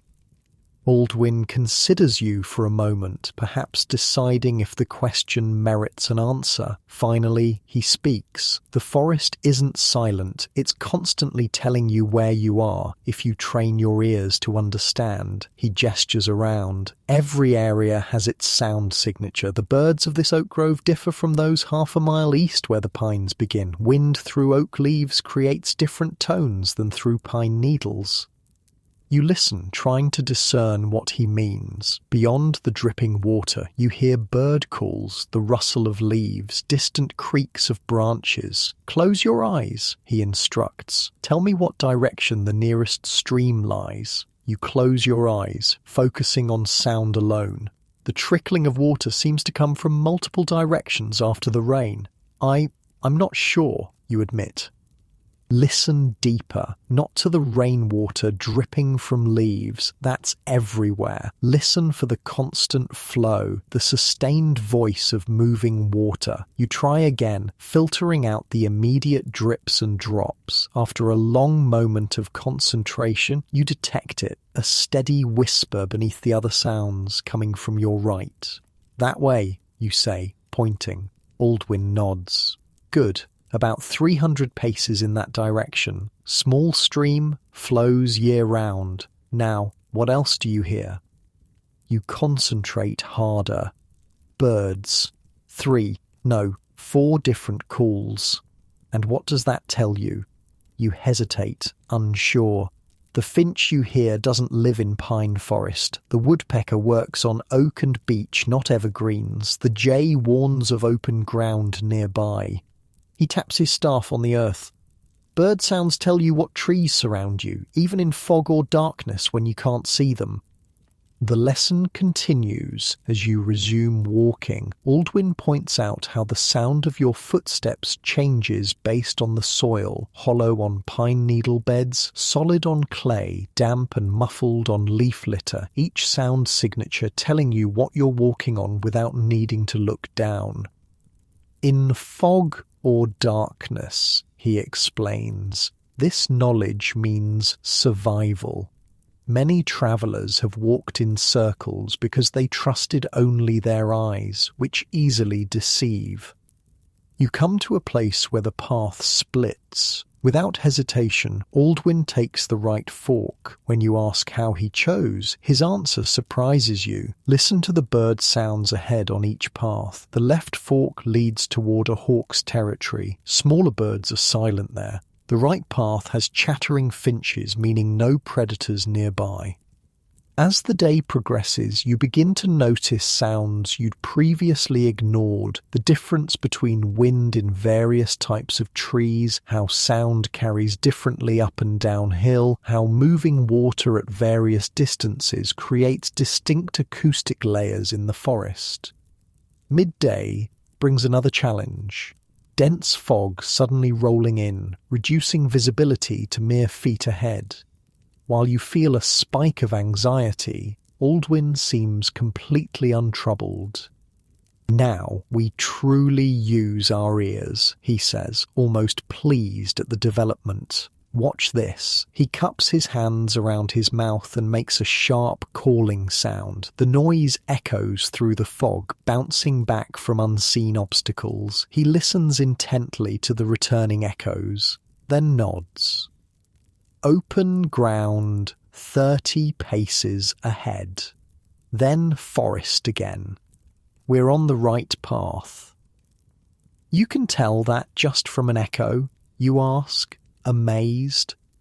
"Or sound reveals what eyes cannot. The echo pattern tells me there's a clearing ahead, then trees again. The quality of the echo reveals distance and density. He teaches you to make your own calls, different sounds for different purposes. A sharp clap works best for detecting nearby objects. A sustained call reveals more distant features. He even shows you how to strike your walking stick against a tree trunk to create a particular resonance that carries well through fog. You practice as you walk, creating sounds and listening to their return. Gradually, impossibly, you begin to develop a rudimentary sound map of your surroundings, even with limited visibility. Merchants and pilgrims who travelled regularly developed this skill out of necessity, Aldwin explains. They created mental sound maps of their routes, how different regions should sound in different seasons. The birds of summer create different soundscapes than those of winter. The wind voice changes with the density of leaves on trees.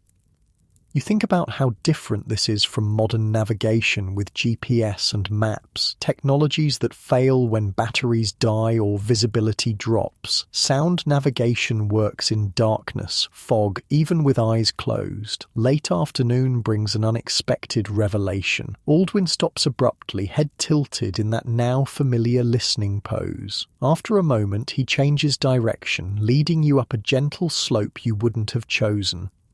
"There's water ahead that wasn't there before the storm," he explains. "A new stream formed from the rains. We need to adjust our route." "How can you possibly hear a stream that small from this distance?" you ask incredulously.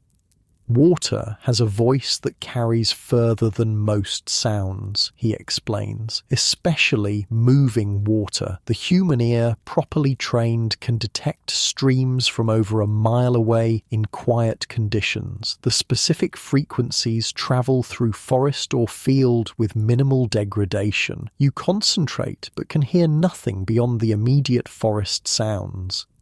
"You'll develop the skill with practice," he assures you. Some travellers could even estimate the size of a water source by its acoustic signature, vital knowledge when searching for safe drinking water. As you crest the hill, you see he was right. A new stream has formed in what was likely a dry gully before the storms, cutting directly across the path you would have taken. His hearing alone detected it long before visual confirmation was possible.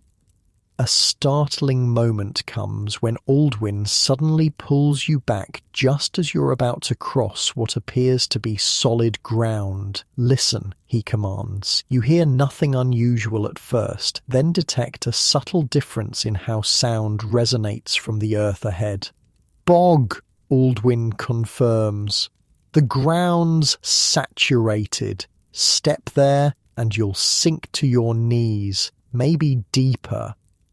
He strikes his staff against the ground, listening to the subtle differences in how the sound resonates through solid versus waterlogged earth. Following this acoustic guide, he leads you safely around the hazard. most impressive of all is when he predicts a brief rain shower nearly an hour before the first drops fall. Weather speaks before it arrives, he explains. Certain bird calls change, insect sounds shift, the way distant noises carry warns of approaching weather fronts. You focus on the forest sounds, trying to detect what he hears. There's a subtle change in the acoustic environment, a dampening of certain tones, a clarity to others. When the rain indeed arrives as predicted, you understand it wasn't mystical foresight, but empirical knowledge based on careful observation. Hunters and shepherds developed this skill to find shelter before storms hit, Aldwin explains, as you wait out the brief shower under a dense pine. Critical knowledge when exposed on mountainsides or open fields. By late afternoon, you reach Oakwick. The small settlement appears through thinning trees, smoke rising from chimneys in the grey daylight. You deliver Master Wulfric's medicines to his grateful sister, whose son indeed looks terribly ill with fever. "Will you stay the night?" she offers. "It's late to start back." "We have enough daylight," Aldwin answers before you can speak. "Better to return while the rain holds off." He glances at the sky in a way that makes you suspect he hears something about approaching weather that you don't yet perceive. The return journey feels different. Though the same distance, you travel faster, more confidently. You find yourself listening in a new way, not just hearing sounds, but interpreting them, creating a mental map of your surroundings through your ears rather than eyes alone. When darkness falls before you reach the village, Aldwin seems entirely untroubled. While your vision becomes increasingly useless, his navigation remains sure, guided by the acoustic landscape. This is when sound truly becomes your primary sense, he explains as you walk through growing darkness. Medieval travellers often journeyed at night when necessary, using sound to avoid hazards and stay on path. You notice how he periodically creates noise, clapping, singing, striking wood against wood to read the returning echoes. The information gathered prevents walking in circles or heading toward dangerous terrain. In your world, he says unexpectedly, people have forgotten how to listen. They walk with artificial sounds pumped directly into their ears, blocking the very information that would guide them naturally. You're startled by the reference to modern habits. It breaks the historical immersion you've been experiencing, but before you can question it, he continues. The human ear can distinguish over 1,500 different sound variations, a capability largely abandoned in your visual-dominant modern world. For today's hikers dependent on electronic navigation that can fail, this medieval technique offers a navigation system that works in darkness, fog, or when batteries die. There's something odd about his phrasing, almost as if he's quoting something, but the wisdom is undeniable. As the village lights finally appear through the trees, Aldwin stops for a final lesson. Sound navigation wasn't primitive, he says quietly. It was a sophisticated use of a sense we've allowed to atrophy precisely when we might need it most. Master Wulfric is waiting at his hut, seemingly unsurprised by your late return. "Did he learn?" he asks Aldwin. "He listened," the forester responds cryptically. "Time will tell if he heard." That night, lying in bed, you find yourself listening to your home in a new way. The subtle creaks of the wooden structure cooling in the night air, the different tones of family members breathing in sleep, the way sounds from outside filter through thatch differently than through the wooden walls. A world of information you've always had access to but never truly heard. Your modern headphones wait for you in 2025, ready to block out the acoustic environment completely, but now you wonder what vital information they might be silencing. Natural warnings, direction finding, weather prediction, all available through a sense we've allowed to diminish. Not primitive knowledge at all, just a different way of knowing. Morning comes with stiff muscles and lingering tiredness from yesterday's journey. You rise slowly, legs aching from miles of forest paths. Your mind, however, feels strangely alert, cataloguing the sounds of early morning in a way you never noticed before. The gentle pat of your mother's hands kneading bread dough, the specific creak of your father's footsteps on the packed earth floor, the subtle differences in how the wind sounds through the thatch roof versus around the wooden door frame. Awareness blooms like a new sense, as if Aldwin's teachings awakened something dormant within you. You've been summoned to the village circle tonight, your father mentions casually over breakfast. The remembering begins at sunset. The remembering, you ask, unfamiliar with the term. Your parents exchange glances. We should have told him sooner, your mother murmurs. Told me what? Your father sets down his wooden spoon. It happens every winter solstice. The village gathers to maintain the memory chains. His explanation tells you nothing, but something in his tone suggests importance beyond ordinary village gatherings. Master Wulfric will explain, he adds. He sent word that you should join him at midday. He says it's time you understood the final system. The final system. The phrase stirs both curiosity and a strange sense of culmination. You've learned about fire preservation, living hedges, smoke chambers, clay vessels, waterproofing, and sound navigation. What remains? Master Wulfric isn't at his hilltop hut when you arrive. Instead, you find a simple note. Meet at the Elder Oak. Midday. The Elder Oak stands at the village centre, ancient and massive. Generations have gathered beneath its spreading branches for announcements, celebrations, and judgments. When you arrive, Master Wulfric sits on a bench beneath it, talking quietly with several of the village elders. Mistress Edith of the Hedge Weavers is there. So is Goodwife Aylwood from the Smoking Barn, Mistress Hildegard the Clay Worker, Goodwife Marta of the Waterproofing. Even Aldwin the Forester has emerged from his woodland solitude for this gathering. Ah, the apprentice arrives, Master Wulfric says, gesturing you forward. Sit. Today you learn what binds all other knowledge together.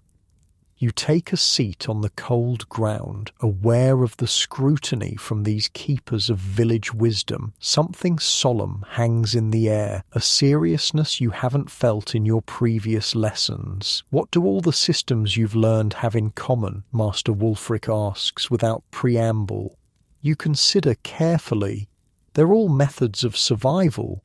Yes, but deeper. What allows them to exist at all?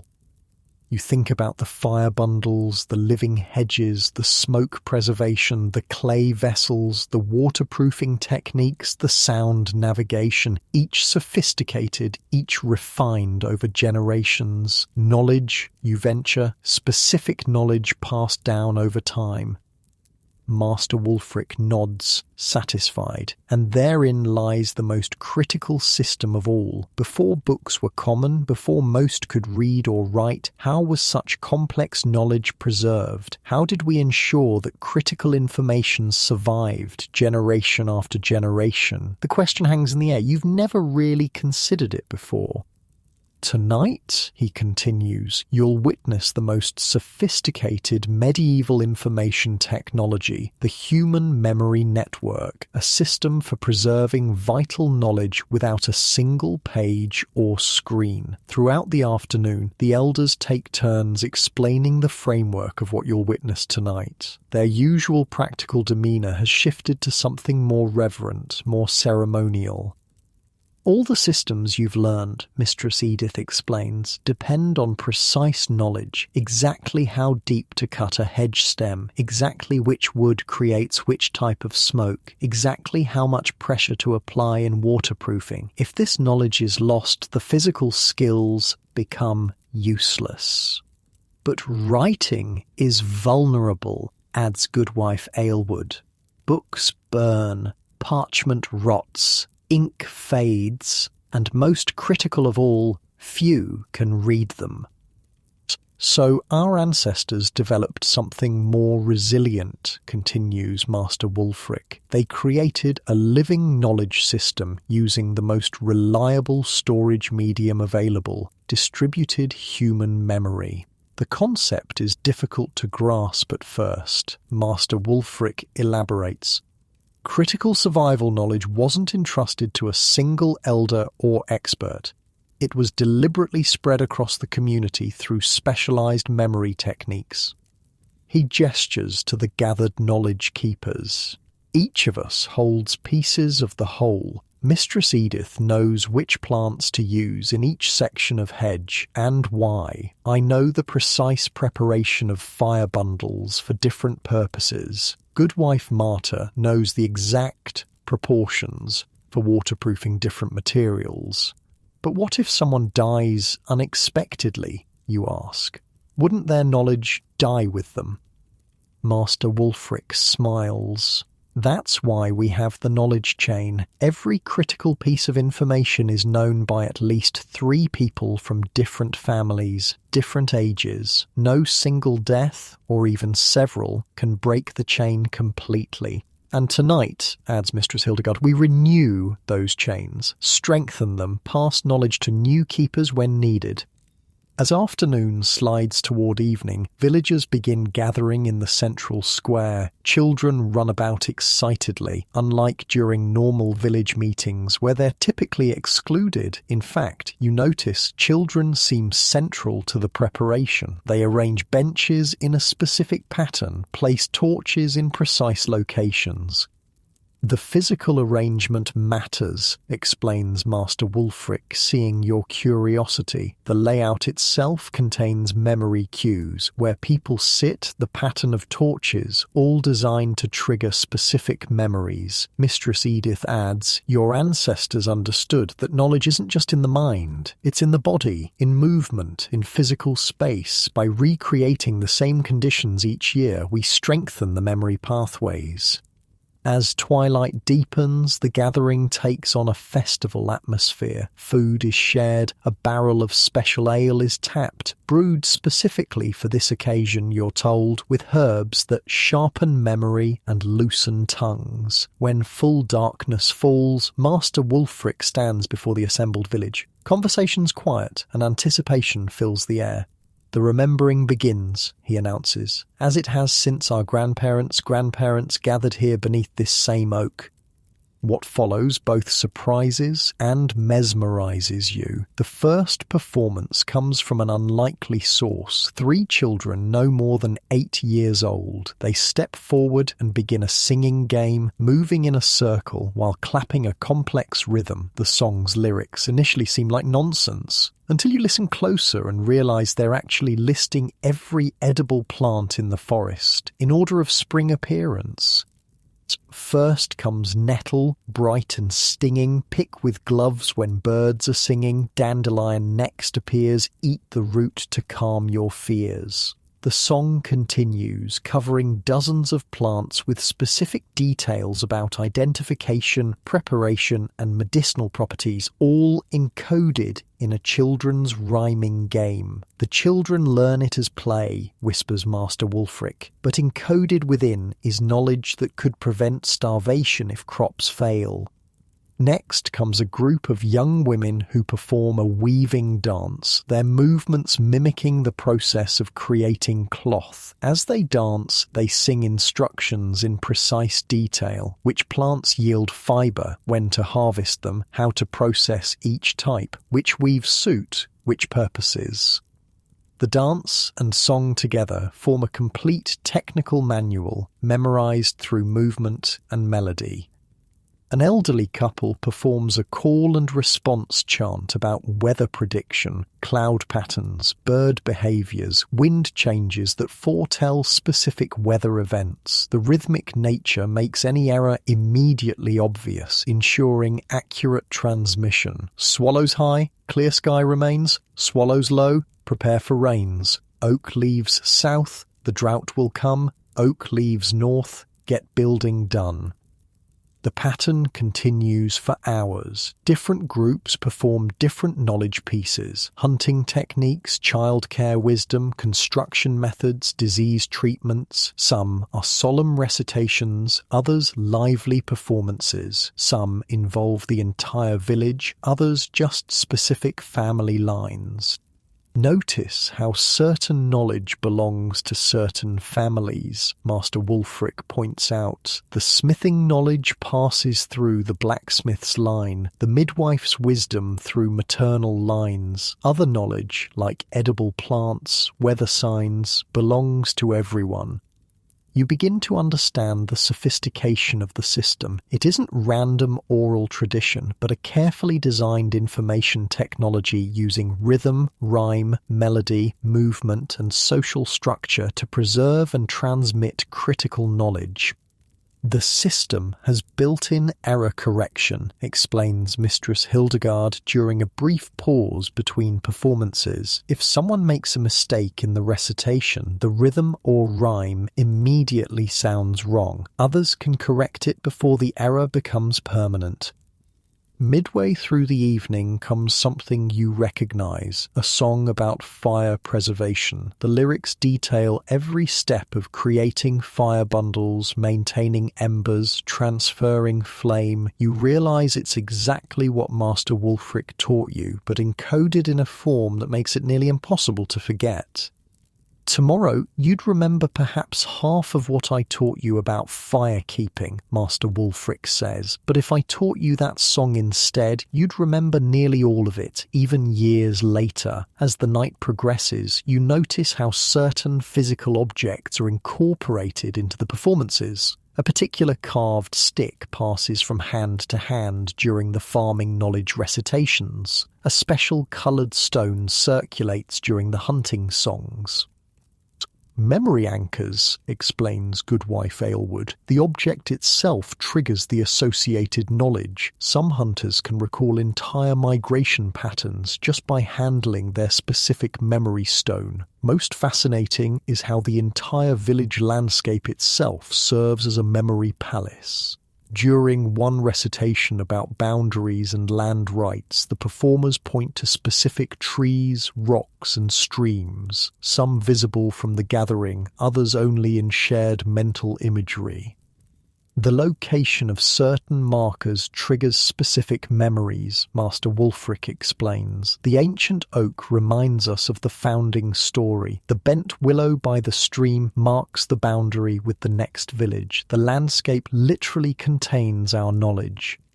Children participate throughout the night, sometimes leading, sometimes following, but always included. Now you understand why. They're being systematically incorporated into the knowledge network through games that embed critical information. A simple counting rhyme might actually teach which mushrooms are safe to eat, Mistress Edith tells you. A jumping game preserves the proper sequence for a complex task like tanning leather or preserving grain.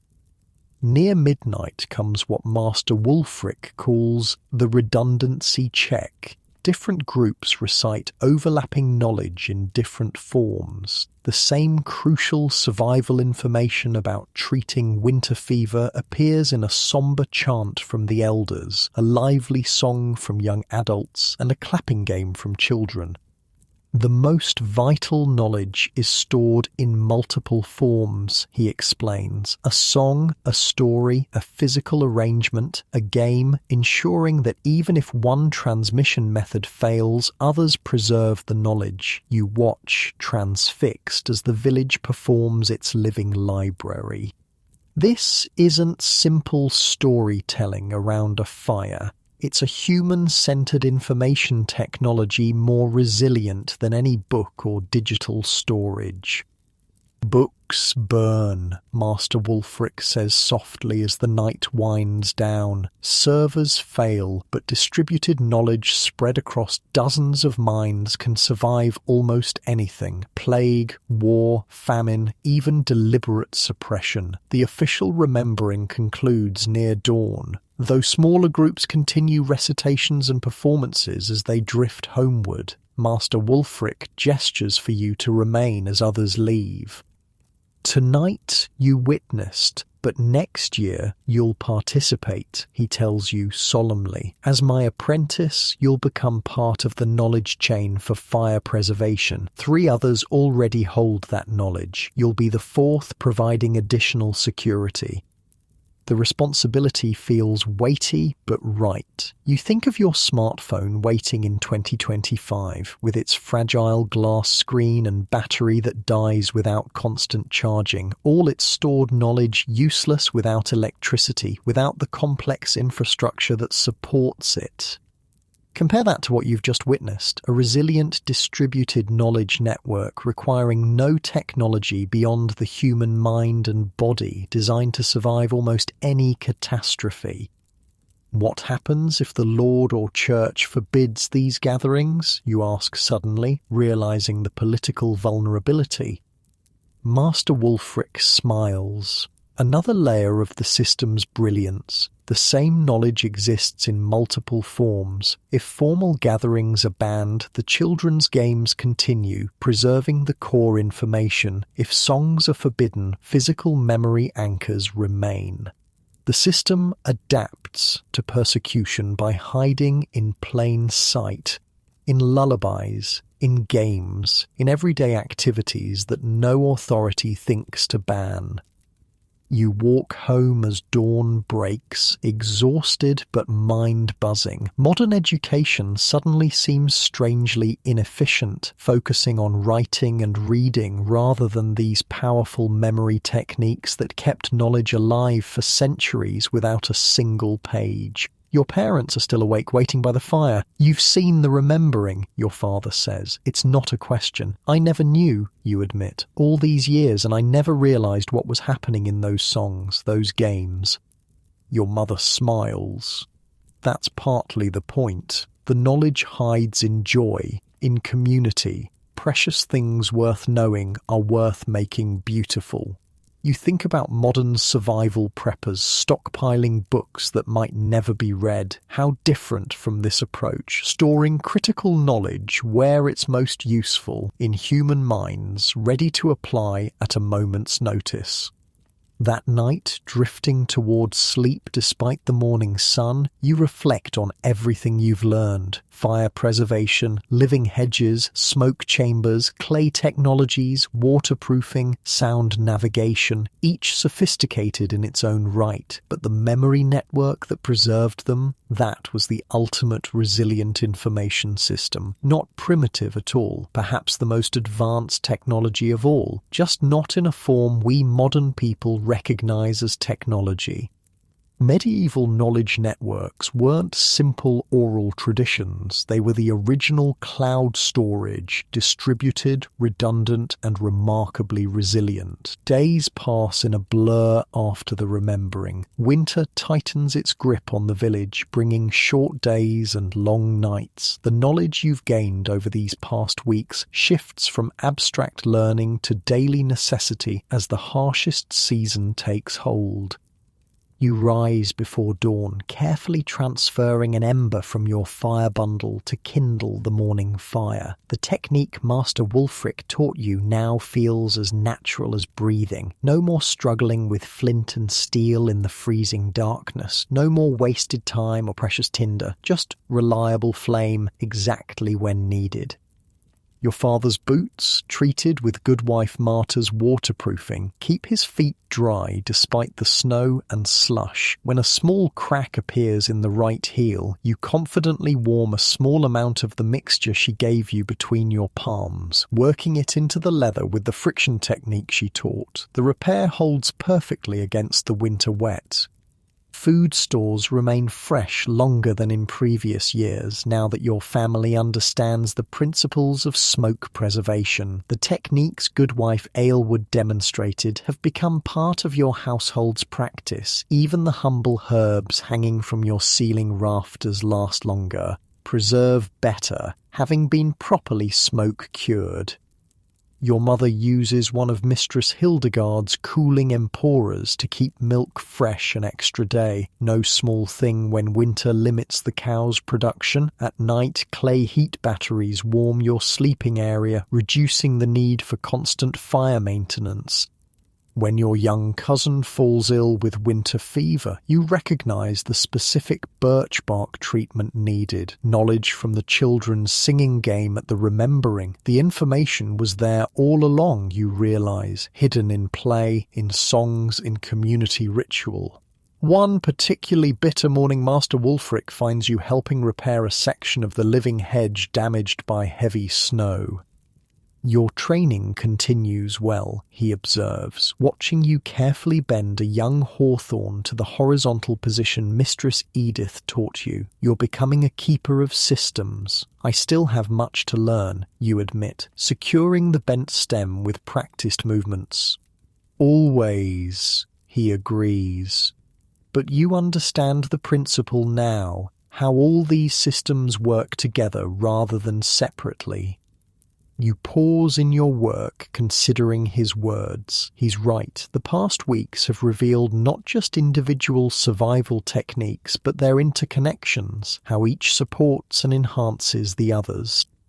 The living hedge provides materials for baskets that store smoke-preserved foods. The hedge also shelters certain birds that control insects that would otherwise damage grain. That same grain, properly stored in clay preservation vessels, feeds the village through winter, providing strength for hedge maintenance and waterproofing work.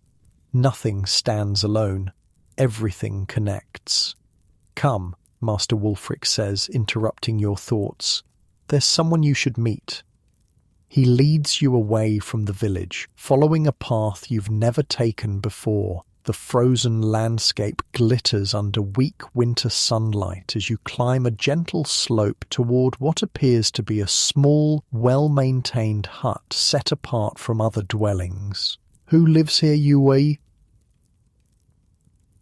The Memory Keeper, Master Wulfric answers with unexpected reverence. Our eldest, our wisest. She rarely joins village gatherings anymore. Her strength is preserved for more important work. You approach the solitary dwelling with growing curiosity. Smoke rises from its chimney, and the path to its door is freshly cleared of snow despite its isolated location. Master Wulfric knocks gently. The door opens to reveal a woman so ancient her face resembles weathered parchment etched with countless lines of experience. Despite her apparent age, her eyes remain sharp, taking your measure with a single glance. "This is the new apprentice?" she asks, voice surprisingly strong. "He is," Master Wulfric confirms. "He's learned the 7 systems." She nods once, then steps aside. "Come in, then. The cold does my old bones no favours." The interior of her hut strikes you immediately as different from other village dwellings. Every wall holds shelves lined with objects, stones of unusual shapes, bundles of herbs tied with coloured thread, small carved figures, clay tokens painted with symbols. A large loom dominates one corner, weaving patterns more complex than any you've seen before. The old woman settles into a chair near the fire, gesturing for you both to sit. "So," she says without preamble, "you've learned about fire-keeping, living barriers, smoke preservation, clay vessels, waterproofing, sound navigation, and memory networks." "Yes, mistress," you answer, surprised at her directness. "But do you understand what truly made them work?" she asks, studying your face. You hesitate, uncertain what answer she seeks. Integration, she says before you can respond. These weren't separate skills. They were one seamless approach to life. Nothing wasted. Everything with multiple purposes. Systems working together rather than in isolation. She reaches for a wooden cup, sipping what smells like herbal tea before continuing. Today you have... what do they call them? She glances at Master Wulfric. Specialists, he supplies. Yes, specialists. She says the word as if it tastes strange. One person knows only farming, another only building, another only healing, knowledge broken into tiny fragments, each person holding just one piece. You think about modern society, where indeed most people specialize deeply in narrow fields. How different from what you've witnessed here, where knowledge boundaries blur and overlap. Our ancestors couldn't afford such luxury, she continues. The farmer needed to be part healer, part builder, part preserver. The hunter needed to understand plants as well as animals. Everyone needed to grasp how one system affected another. Master Wulfric nods in agreement. The modern world calls this primitive. We call it wholeness. Show me what you've learned, the old woman says suddenly, fixing you with her penetrating gaze, not just the techniques but the connections between them. Put on the spot, you gather your thoughts. The fire bundle system preserves flame for the smoker, which preserves food for the village, which provides strength for maintaining the living hedge, which provides materials and protection. You continue tracing connections between the systems, how clay vessels store what smoke preserves, how waterproofing protects what the other systems create, how sound navigation ensures safe passage between communities, allowing knowledge exchange. The memory keeper listens intently, nodding occasionally. When you finish, she seems satisfied. You begin to see, she says, not 7 separate systems, but one integrated approach to life. She rises with surprising agility for her age, moving to a large wooden chest near her bed. From it, she removes a small leather-bound book, a startlingly incongruous object in this world of oral tradition. Can you read? She asks. You nod, somewhat surprised by the question. Good. Few can. She hands you the book. This contains diagrams, recipes, measurements for all the systems you've learned, written by my grandmother's grandmother and added to by each generation.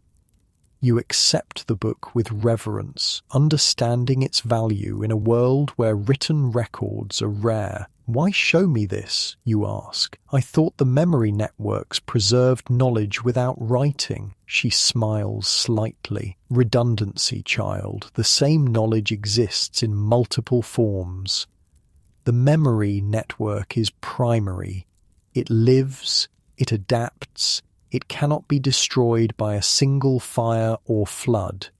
But this, she taps the book, provides precision when needed. Exact measurements, specific proportions.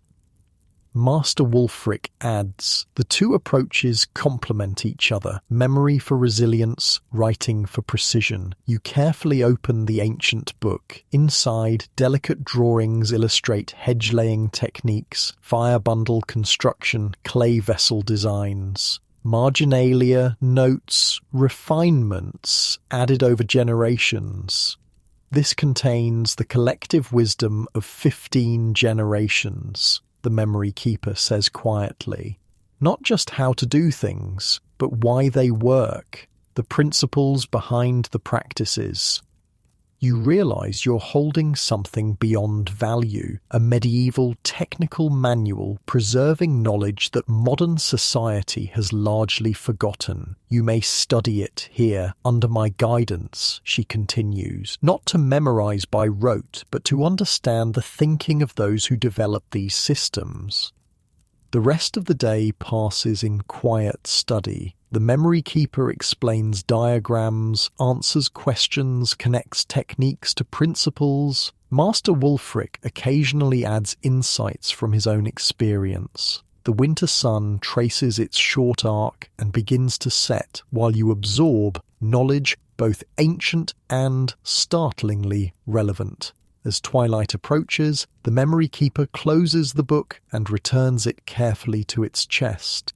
"You asked earlier why I showed you this," she says, settling again by the fire. "The answer is simple. Someone must remember." Her gaze fixes on the flames. "A time may come when these systems are forgotten, when people believe there is only one way to live, dependent on mechanisms they don't understand and can't repair." You think about your own modern world, so technologically advanced yet so vulnerable to disruption. How many people know how to preserve food without refrigeration, how to find direction without GPS, how to waterproof without synthetic chemicals? Our ancestors weren't just surviving despite their limitations, the memory keeper says, echoing your thoughts. In many ways, they were thriving because of them.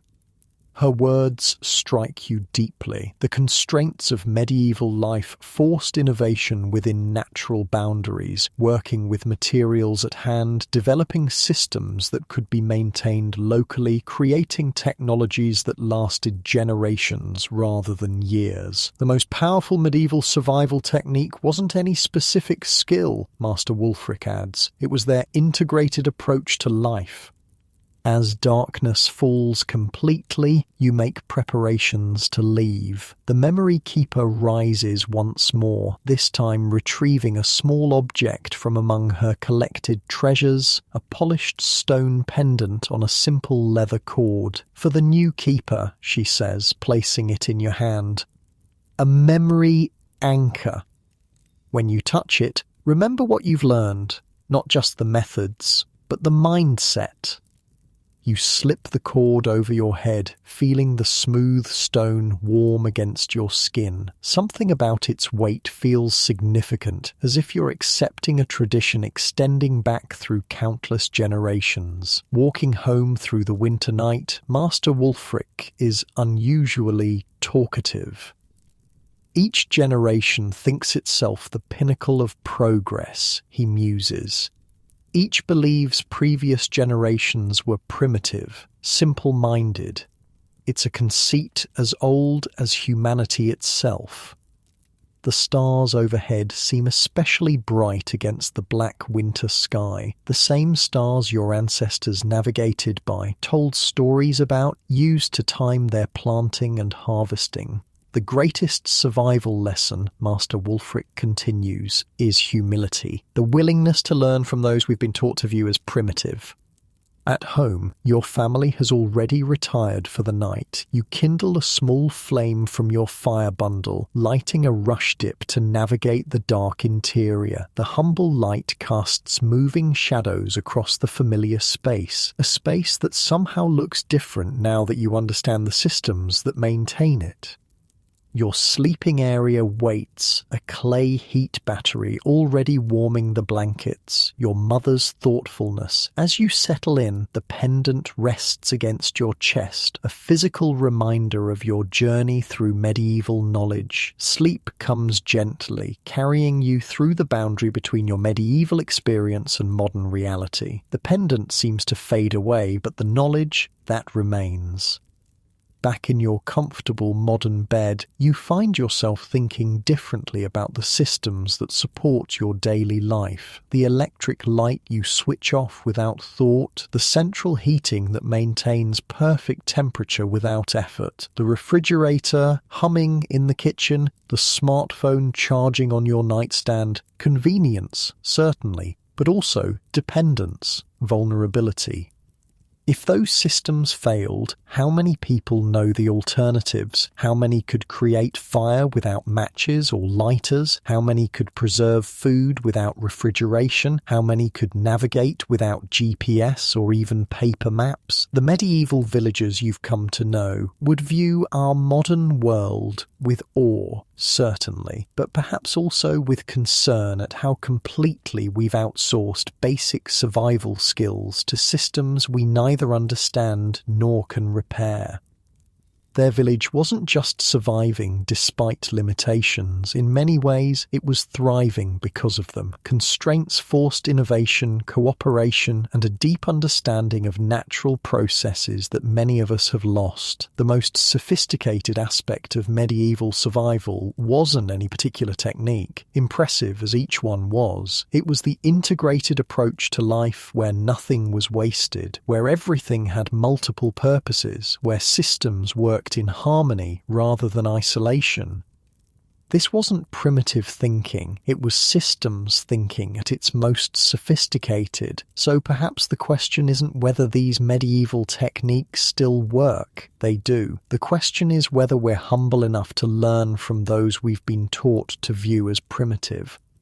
Because in a world of increasing uncertainty, climate change, energy concerns, supply chain fragility, the most dangerous thing might be our modern arrogance, the belief that we've outgrown the wisdom of those who thrived without any of the systems we now depend on. As you drift towards sleep in your comfortable modern bed, the boundary between past and present blurs. The knowledge you've gained feels like a bridge between worlds, ancient wisdom with startling relevance for contemporary challenges. The fire bundle's elegant simplicity, the living hedge's multifunctional design, the smoke preservation's chemistry, the clay vessel's thermal engineering, the waterproofing's material science, the sound navigation's sensory awareness, the memory network's information technology. None were primitive. All were sophisticated adaptations to their time and place. All worked with natural materials and processes rather than against them. All could be created, maintained, and passed down without complex global supply chains or rare materials. Medieval people weren't just surviving despite their limitations. In many ways, they were thriving because of them, and that might be the most important survival lesson of all.